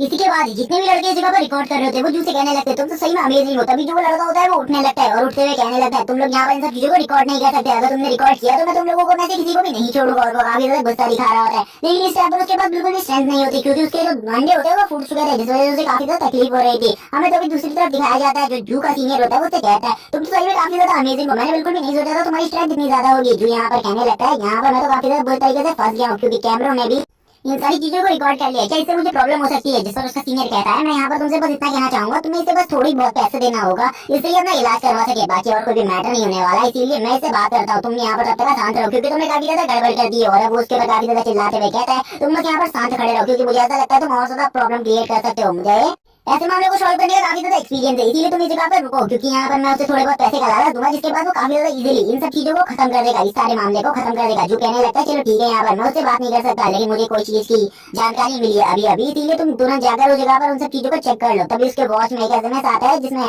किसी चीज के बारे में उसे बताया जाता है, लेकिन हमें उसके बारे में ज्यादा चीजें नहीं बताई जाती। जूबली तुरंत ही अपनी वॉच को एक्टिवेट करने लगता है और कहने लगता है मेरे को जल्दी से जल्दी उन सब चीजों के बारे में दिखाओ। और काफी सारे मेल्स और मैसेज आने लगते हैं उसके बाद उसे, क्योंकि यहाँ पर इन्हीं सब चीजों के होते हैं, क्योंकि उसने अभी उसे पीटा था, जिस वजह से काफी सारे मेल मैसेजेस उसे आ रहे होते हैं। तभी हम देखते हैं जू को इस तरीके से वियर्ड तरीके से हंसते हुए देखकर उसका सीनियर कहने लगता है ये तो काफी ज्यादा हॉरर टाइप से हंस रहा है, आखिरकार क्या हुआ, क्या कोई बहुत ज्यादा बड़ी प्रॉब्लम हो चुकी है या फिर ये बंदा पागल हो गया है। तभी आप जू का सीनियर उस बंदे के पास चला जा रहा है और उस बंदे से कहने लगता है मैं तुमसे यहाँ पर डील करने आया हूँ इन सब मैटर्स के ऊपर, क्योंकि ये छोटी मोटी बातें इसलिए तुम इसे आगे तक नहीं बढ़ा सकते, इसे आगे तक बढ़ाने के बारे में मत सोचो, हम तुम्हें यहाँ पर पैसा देकर इन सब चीजों का कंपनसेशन कर देंगे। तभी वो बंदा कहने लगता है ठीक है यहाँ पर अगर तुम मुझे कंपनसेशन देने को तैयार हो तो सबसे पहले यहाँ पर वो बंदा मेरे सामने झुकेगा और हम सभी के इलाज का भी खर्चा उठाएगा और झुककर हम सभी से माफी मांगनी होगी उसे। और यहाँ पर तुम जल्दी से ये सारी बातें अपने दोस्त को बता दो, क्योंकि ये डील मेरे लिए काफी ज्यादा अच्छी है और ये तुम्हारे दोस्त के लिए भी काफी ज्यादा ईजी है, बस उसे मुझे 1 लाख रुपए देने होंगे और कुछ भी नहीं। जिसे सुनकर अब जू का सीनियर भी थोड़ा बहुत घबरा जाता है, क्योंकि 1 लाख रुपए काफी ज्यादा बड़ी रकम होती है। इसी के बाद ही जू यहाँ पर सामने आते हुए कहने लगता है अब तुम्हें यहाँ पर इससे इन सब चीजों के बारे में बात करने की कोई भी जरूरत नहीं है, क्योंकि अब इस बंदे से मैं खुद अपने सामने आमने सामने बात करूंगा। इसके बाद जू सामने आ जाता है, जू को देखकर वो कहने लगता है आखिरकार तुम क्या सोच रहे हो इस जगह पर, तुम इस जगह पर इजीली इतनी आसानी से नहीं बच सकते, तुम्हें यहाँ पर जो मैंने डिमांड करी है उन सारी डिमांड को मानना होगा। अगर तुम मेरी डिमांड को नहीं मानोगे तो तुम्हें बहुत ज्यादा बड़ा कंपनसेशन देना पड़ सकता है, तुम्हें इस जगह से निकाला भी जा सकता है। क्या तुम्हें इन सब चीजों के बारे में पता है? जू यहाँ पर कहने लगता है इस जगह पर मेरी कोई भी गलती नहीं थी और तुम एक ई रैंक का होने का फायदा नहीं उठा सकते इतना ज्यादा, क्योंकि इस जगह पर जो तुम चीजें की डिमांड कर रहे हो वो काफी ज्यादा है और इनमें से मैं तुम्हें कोई भी चीज नहीं देने वाला। और जबकि तुम कंपनसेशन की बात कर रहे हो, पहले तो मैंने कंपनसेशन देने के बारे में सोचा था, लेकिन अब तुम्हें कंपनसेशन भी नहीं मिलेगी। इसी टाइम पर ये दोनों झगड़ रहे होते हैं, तभी एक बंदा इस जगह पर आ जाता है, इसका नाम जिया होता है। जिया यहाँ पर इन दोनों को लड़ने से रोकता है और इन दोनों से कहता है आखिरकार तुम दोनों की प्रॉब्लम क्या है, इस जगह पर लड़ना बंद करो, क्योंकि ये तुम्हारा कोई भी मैच का अखाड़ा नहीं है, बल्कि ये एक पावर टेस्टिंग रूम है। इसीलिए इस जगह पर अगर तुमने दोबारा से मसला क्रिएट करने की कोशिश करी तो बहुत ज्यादा बुरी बात हो सकती है इस जगह पर। तभी यहाँ पर जो बंदा होता है वो जगह से कहने लगता है तुम्हें यहाँ पर इस मामले के बीच में नहीं आना चाहिए, क्योंकि इस बंदे ने सबसे पहले मुझे मारने की कोशिश करी और तुम वो यहाँ पर अपना कार्ड दिखाते हुए कहने लगता है मैं एक ई रैंक का मास्टर हूँ, इसीलिए इस बंदे ने मुझे काफी ज्यादा प्रॉब्लम दी है, जिस वजह से मैं चाहता हूँ कि इसे यहाँ पर सजा दी जाए। और यहाँ पर